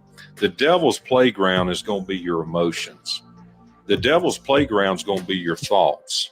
Your negative thoughts cannot be countered by positive thoughts. Your negative thoughts are going to have to be countered by the word of God, and it's going to have to be verbally spoken over your life.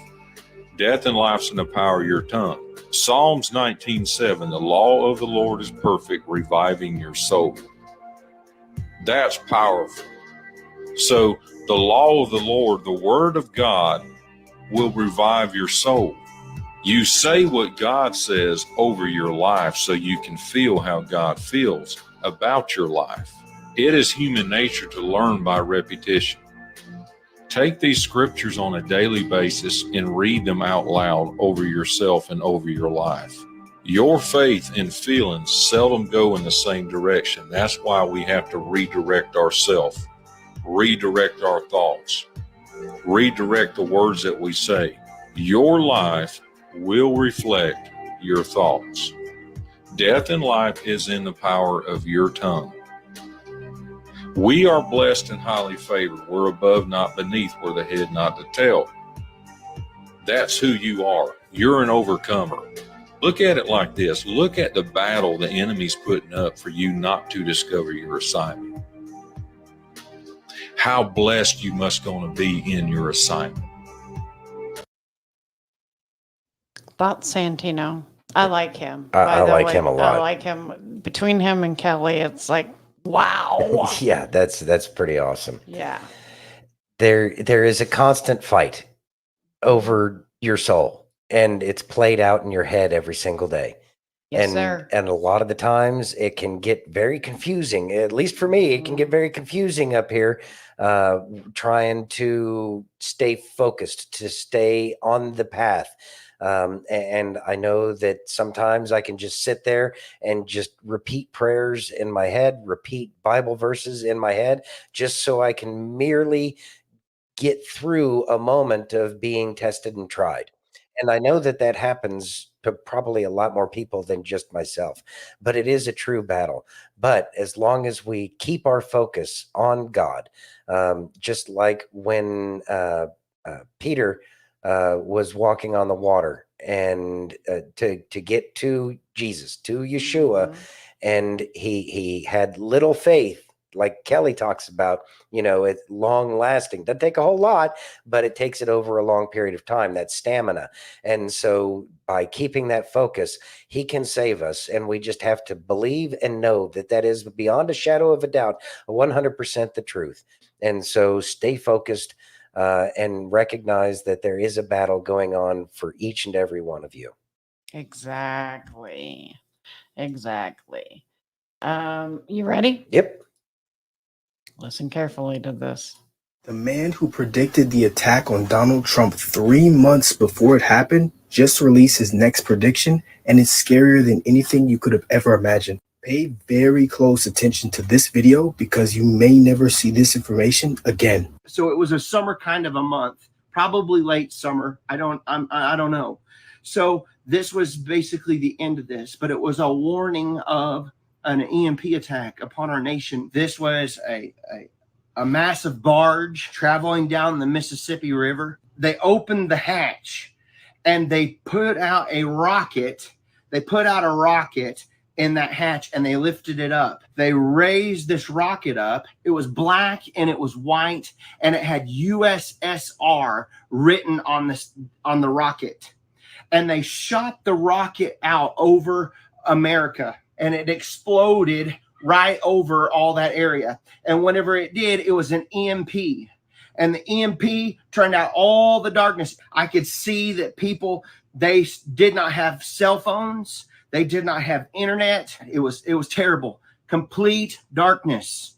The way the U.S. looks right now, it's obvious something big is coming and you need to be prepared. You need to know how to protect your electronics, get your own electricity, create your own water, and your own food. This book will teach you everything you need to know. So if you want to be prepared for yourself and your family, you can get the book by clicking this right here. Okay, I have no idea about that book. I haven't seen it. I can't endorse it or whatever. Right. I mean, I've seen it. The information is what I was going off of. I got you. And so, yeah, he may have predicted that. I don't know about a black and white rocket coming out of a barge or something like that. Yeah. But I know that there's been. I just wanted to hear your thoughts on it. Yeah, so an EMP attack is obviously something that would be very devastating to a lot of people because we're so used to all of our electronic wizardry that we carry around us all day, every day. But I know that people will be fine. People will survive. It's just about staying calm, cool, and collected, even without your phone. Some people might lose it a little bit, but in the end, I think we'll be okay. Especially with so many people recognizing that the food supply isn't really food anymore. So many people not believing the things that they're being told. More and more people have tried to become much more self-sufficient. And that can be done as simple as buying, an extra pound of rice, each payday and an extra bag of beans to keep in the pantry. And then just having some water on the side. And then, you can make it on beans and rice for a long, long time because you got protein and carbs right there. So still have an analog cell phone. That's amazing. That's actually pretty cool. Hey, Hope, thanks for joining. Just stay cool, calm, collected. Yeah. It'll work itself out because nobody wants it to be a complete collapse of society. No. You ready? Yep. Dane Cook had posted a video on TikTok and he was asking people, everyday normal people, no arguing, no fighting, but he wanted to know where the people were politically. He said he didn't want to hear it from the media. He didn't want to hear it from influencers. He wanted to know where the people were and to leave their comments in their comments section. Courtney, or at Crystal and Q on X, is the one that brought this to my attention, so shout out to her. I had to run over and look at the comments, and I was pleasantly surprised to see what I saw. Thousands and thousands and thousands of comments about people who have woken up to what's going on and are going to be voting a different way this time. I was blue, but learned to fact check, and now I'm red. Voted left my whole life, and now I have to vote right for my children. I was a Democrat, but not anymore. This comment section is giving me hope for our future. I was extremely left, now I'm far right. And people went on to continue to talk about the struggles that they've had these last 4 years. They just want to go back to the way that things were in 2018, 2019, financially, economically. I guess after that video, he then posted a poll on TikTok of who people were going to be voting for, and it was 97% red and 3% blue. Now, this is important to note, and the reason for that is because there is a huge campaign going on to make people believe that there is excitement around Kamala Harris. It's pretty defeating to watch because you just watch the Democrats literally take people's choice away from them in order to choose who they were going to vote for. That goes against everything that the majority of us stand for. At the end of the day, I don't care who you vote for. Just do your research and then go vote. But when one party takes away that choice, that's a problem. That's a big problem. Even Black Lives Matter, they came out with their statement earlier this week, but they've been on X just on a rampage about what the Democrats are doing. This election is going to boil down to, in the end, it is going to be the people versus the elite, districts versus the capital. It isn't going to be Kamala and Trump necessarily. It is what both Kamala and Trump represent. I'm over the moon happy that people are finally understanding that. The thing is it's going to take everybody to do this. It's going to take every single person, every single district to do this. I am so glad to see that the other side has shot themselves in the foot with this move. Just so excited to see that people understand it and are calling it out for what it is. Thoughts? I know, we all know that we've been getting lied to by the press forever and a day. Yet, it can still be disheartening. Well, you showed me something yesterday after the show, I think it was. What was that? What was that article? Which one? It was about a poll where they said that Kamala's leading all of a sudden. And it can be disheartening because you see these things. And then that stupid Newsweek article, it can be disheartening, even though we know it's lies, because they still feel confident enough to do it. But what we have to recognize is that's the only tricks that they have. That's all they've ever had is tricks. They've never had the truth behind them. They've always had tricks. A lot of people went along with the magic tricks, but those people, as you could see in that comment section, in Dane Cook of all places, who brings a lot of people from the Did you see left. it? When she did it, it was 71,220 comments. Mhm. I went and checked it just before we went Mhm. on. Mhm. It's over 120,000 comments just like that. And that is what's happening. And those are that is the truth. And that is the part that is being suppressed. And so we need to hold on to what we know to be true, as opposed to the lies that we're being told to our eyes. So keep that confidence, keep that faith, because it really is changing. I have some people in my family who are very blue, but since the assassination attempt, they're starting to ask questions. Yes. They may not be asking questions to us, but they are asking questions to people, and the people in their circle, the satellites in their life, those people are starting to ask questions and they want to know more. Yes. And that is a real victory as well, because there truly is change and it is happening, and people do see the truth and they aren't being swayed by the lies, to include BLM. They're waking up now, and that's a great turn of events. Yep. You ready? Yep. Let's go. When you met a girl who's been through hell and back her whole life and still remains big-hearted, be careful with her love. She'll change you. She'll teach you about true love, self-love, and love for life. She chose love even when she was damaged. Don't lose that girl. Her resilience speaks volumes about her character. She's endured hardships, and yet her heart remains open. Cherish her, for she understands the depths of pain and the heights of compassion. She's not like anyone else you'll meet.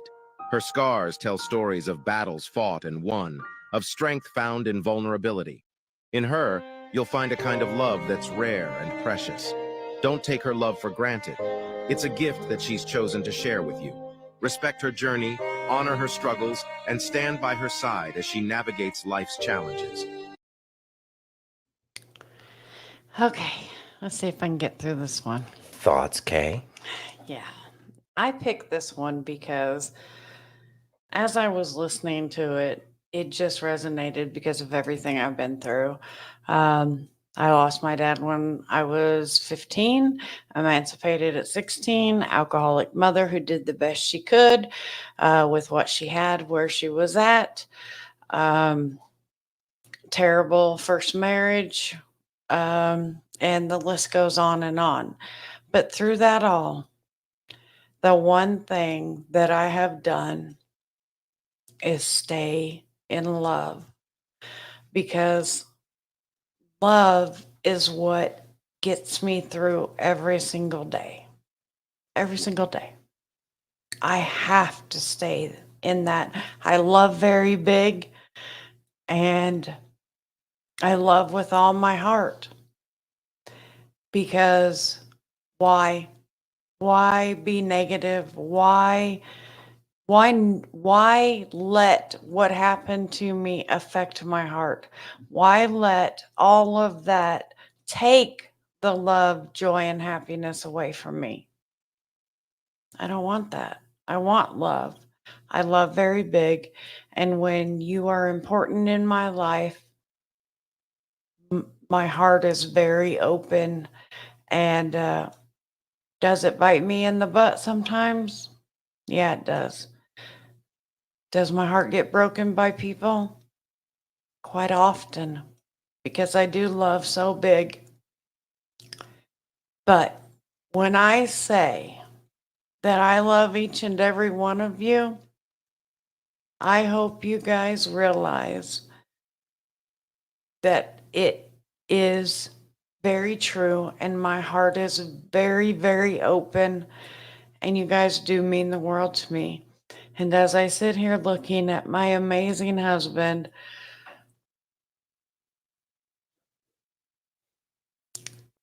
of 23 years, Forever. I am so blessed, and you guys all mean the world to me, and I love you with all my heart, Santino. I love you too. Seasoning? Seasoning. A heart is an interesting thing. It can lead us astray. It can lead us into places where we end up getting hurt. It's interesting. But when we find people that we love, and we love the best we can, it creates something that the rest of the world doesn't provide in a lot of cases. And it's something that has helped me tremendously. It's something that has hurt tremendously. But always stay true to your heart and recognize that love conquers all. And I know that we all go through our trials and tribulations, but there is love out there. But make sure that you're protecting your heart and you're loving yourself first. Yep. And that's, I think, one of the important things. And I will say that we do love each and every one of you. Y'all Very do make our much. day brighter, and it is fun coming here and doing this. It is. And so with that being said, we appreciate each and every one of you for joining us today on Facebook, YouTube, Twitch, X, Rumble, and pill.net. And if you haven't already, please take a moment and give me that virtual hug. If you're on Rumble or YouTube, please hit that thumbs up button. If you're over on Pill, take that red pill. If you're over on X, smash that heart. There we go. All right, everybody. I love you guys so Yeah, very we love all of you. much. Thank you for your wishes there. It's awesome. Anyways, we love you all. Have a great weekend. God bless and be safe.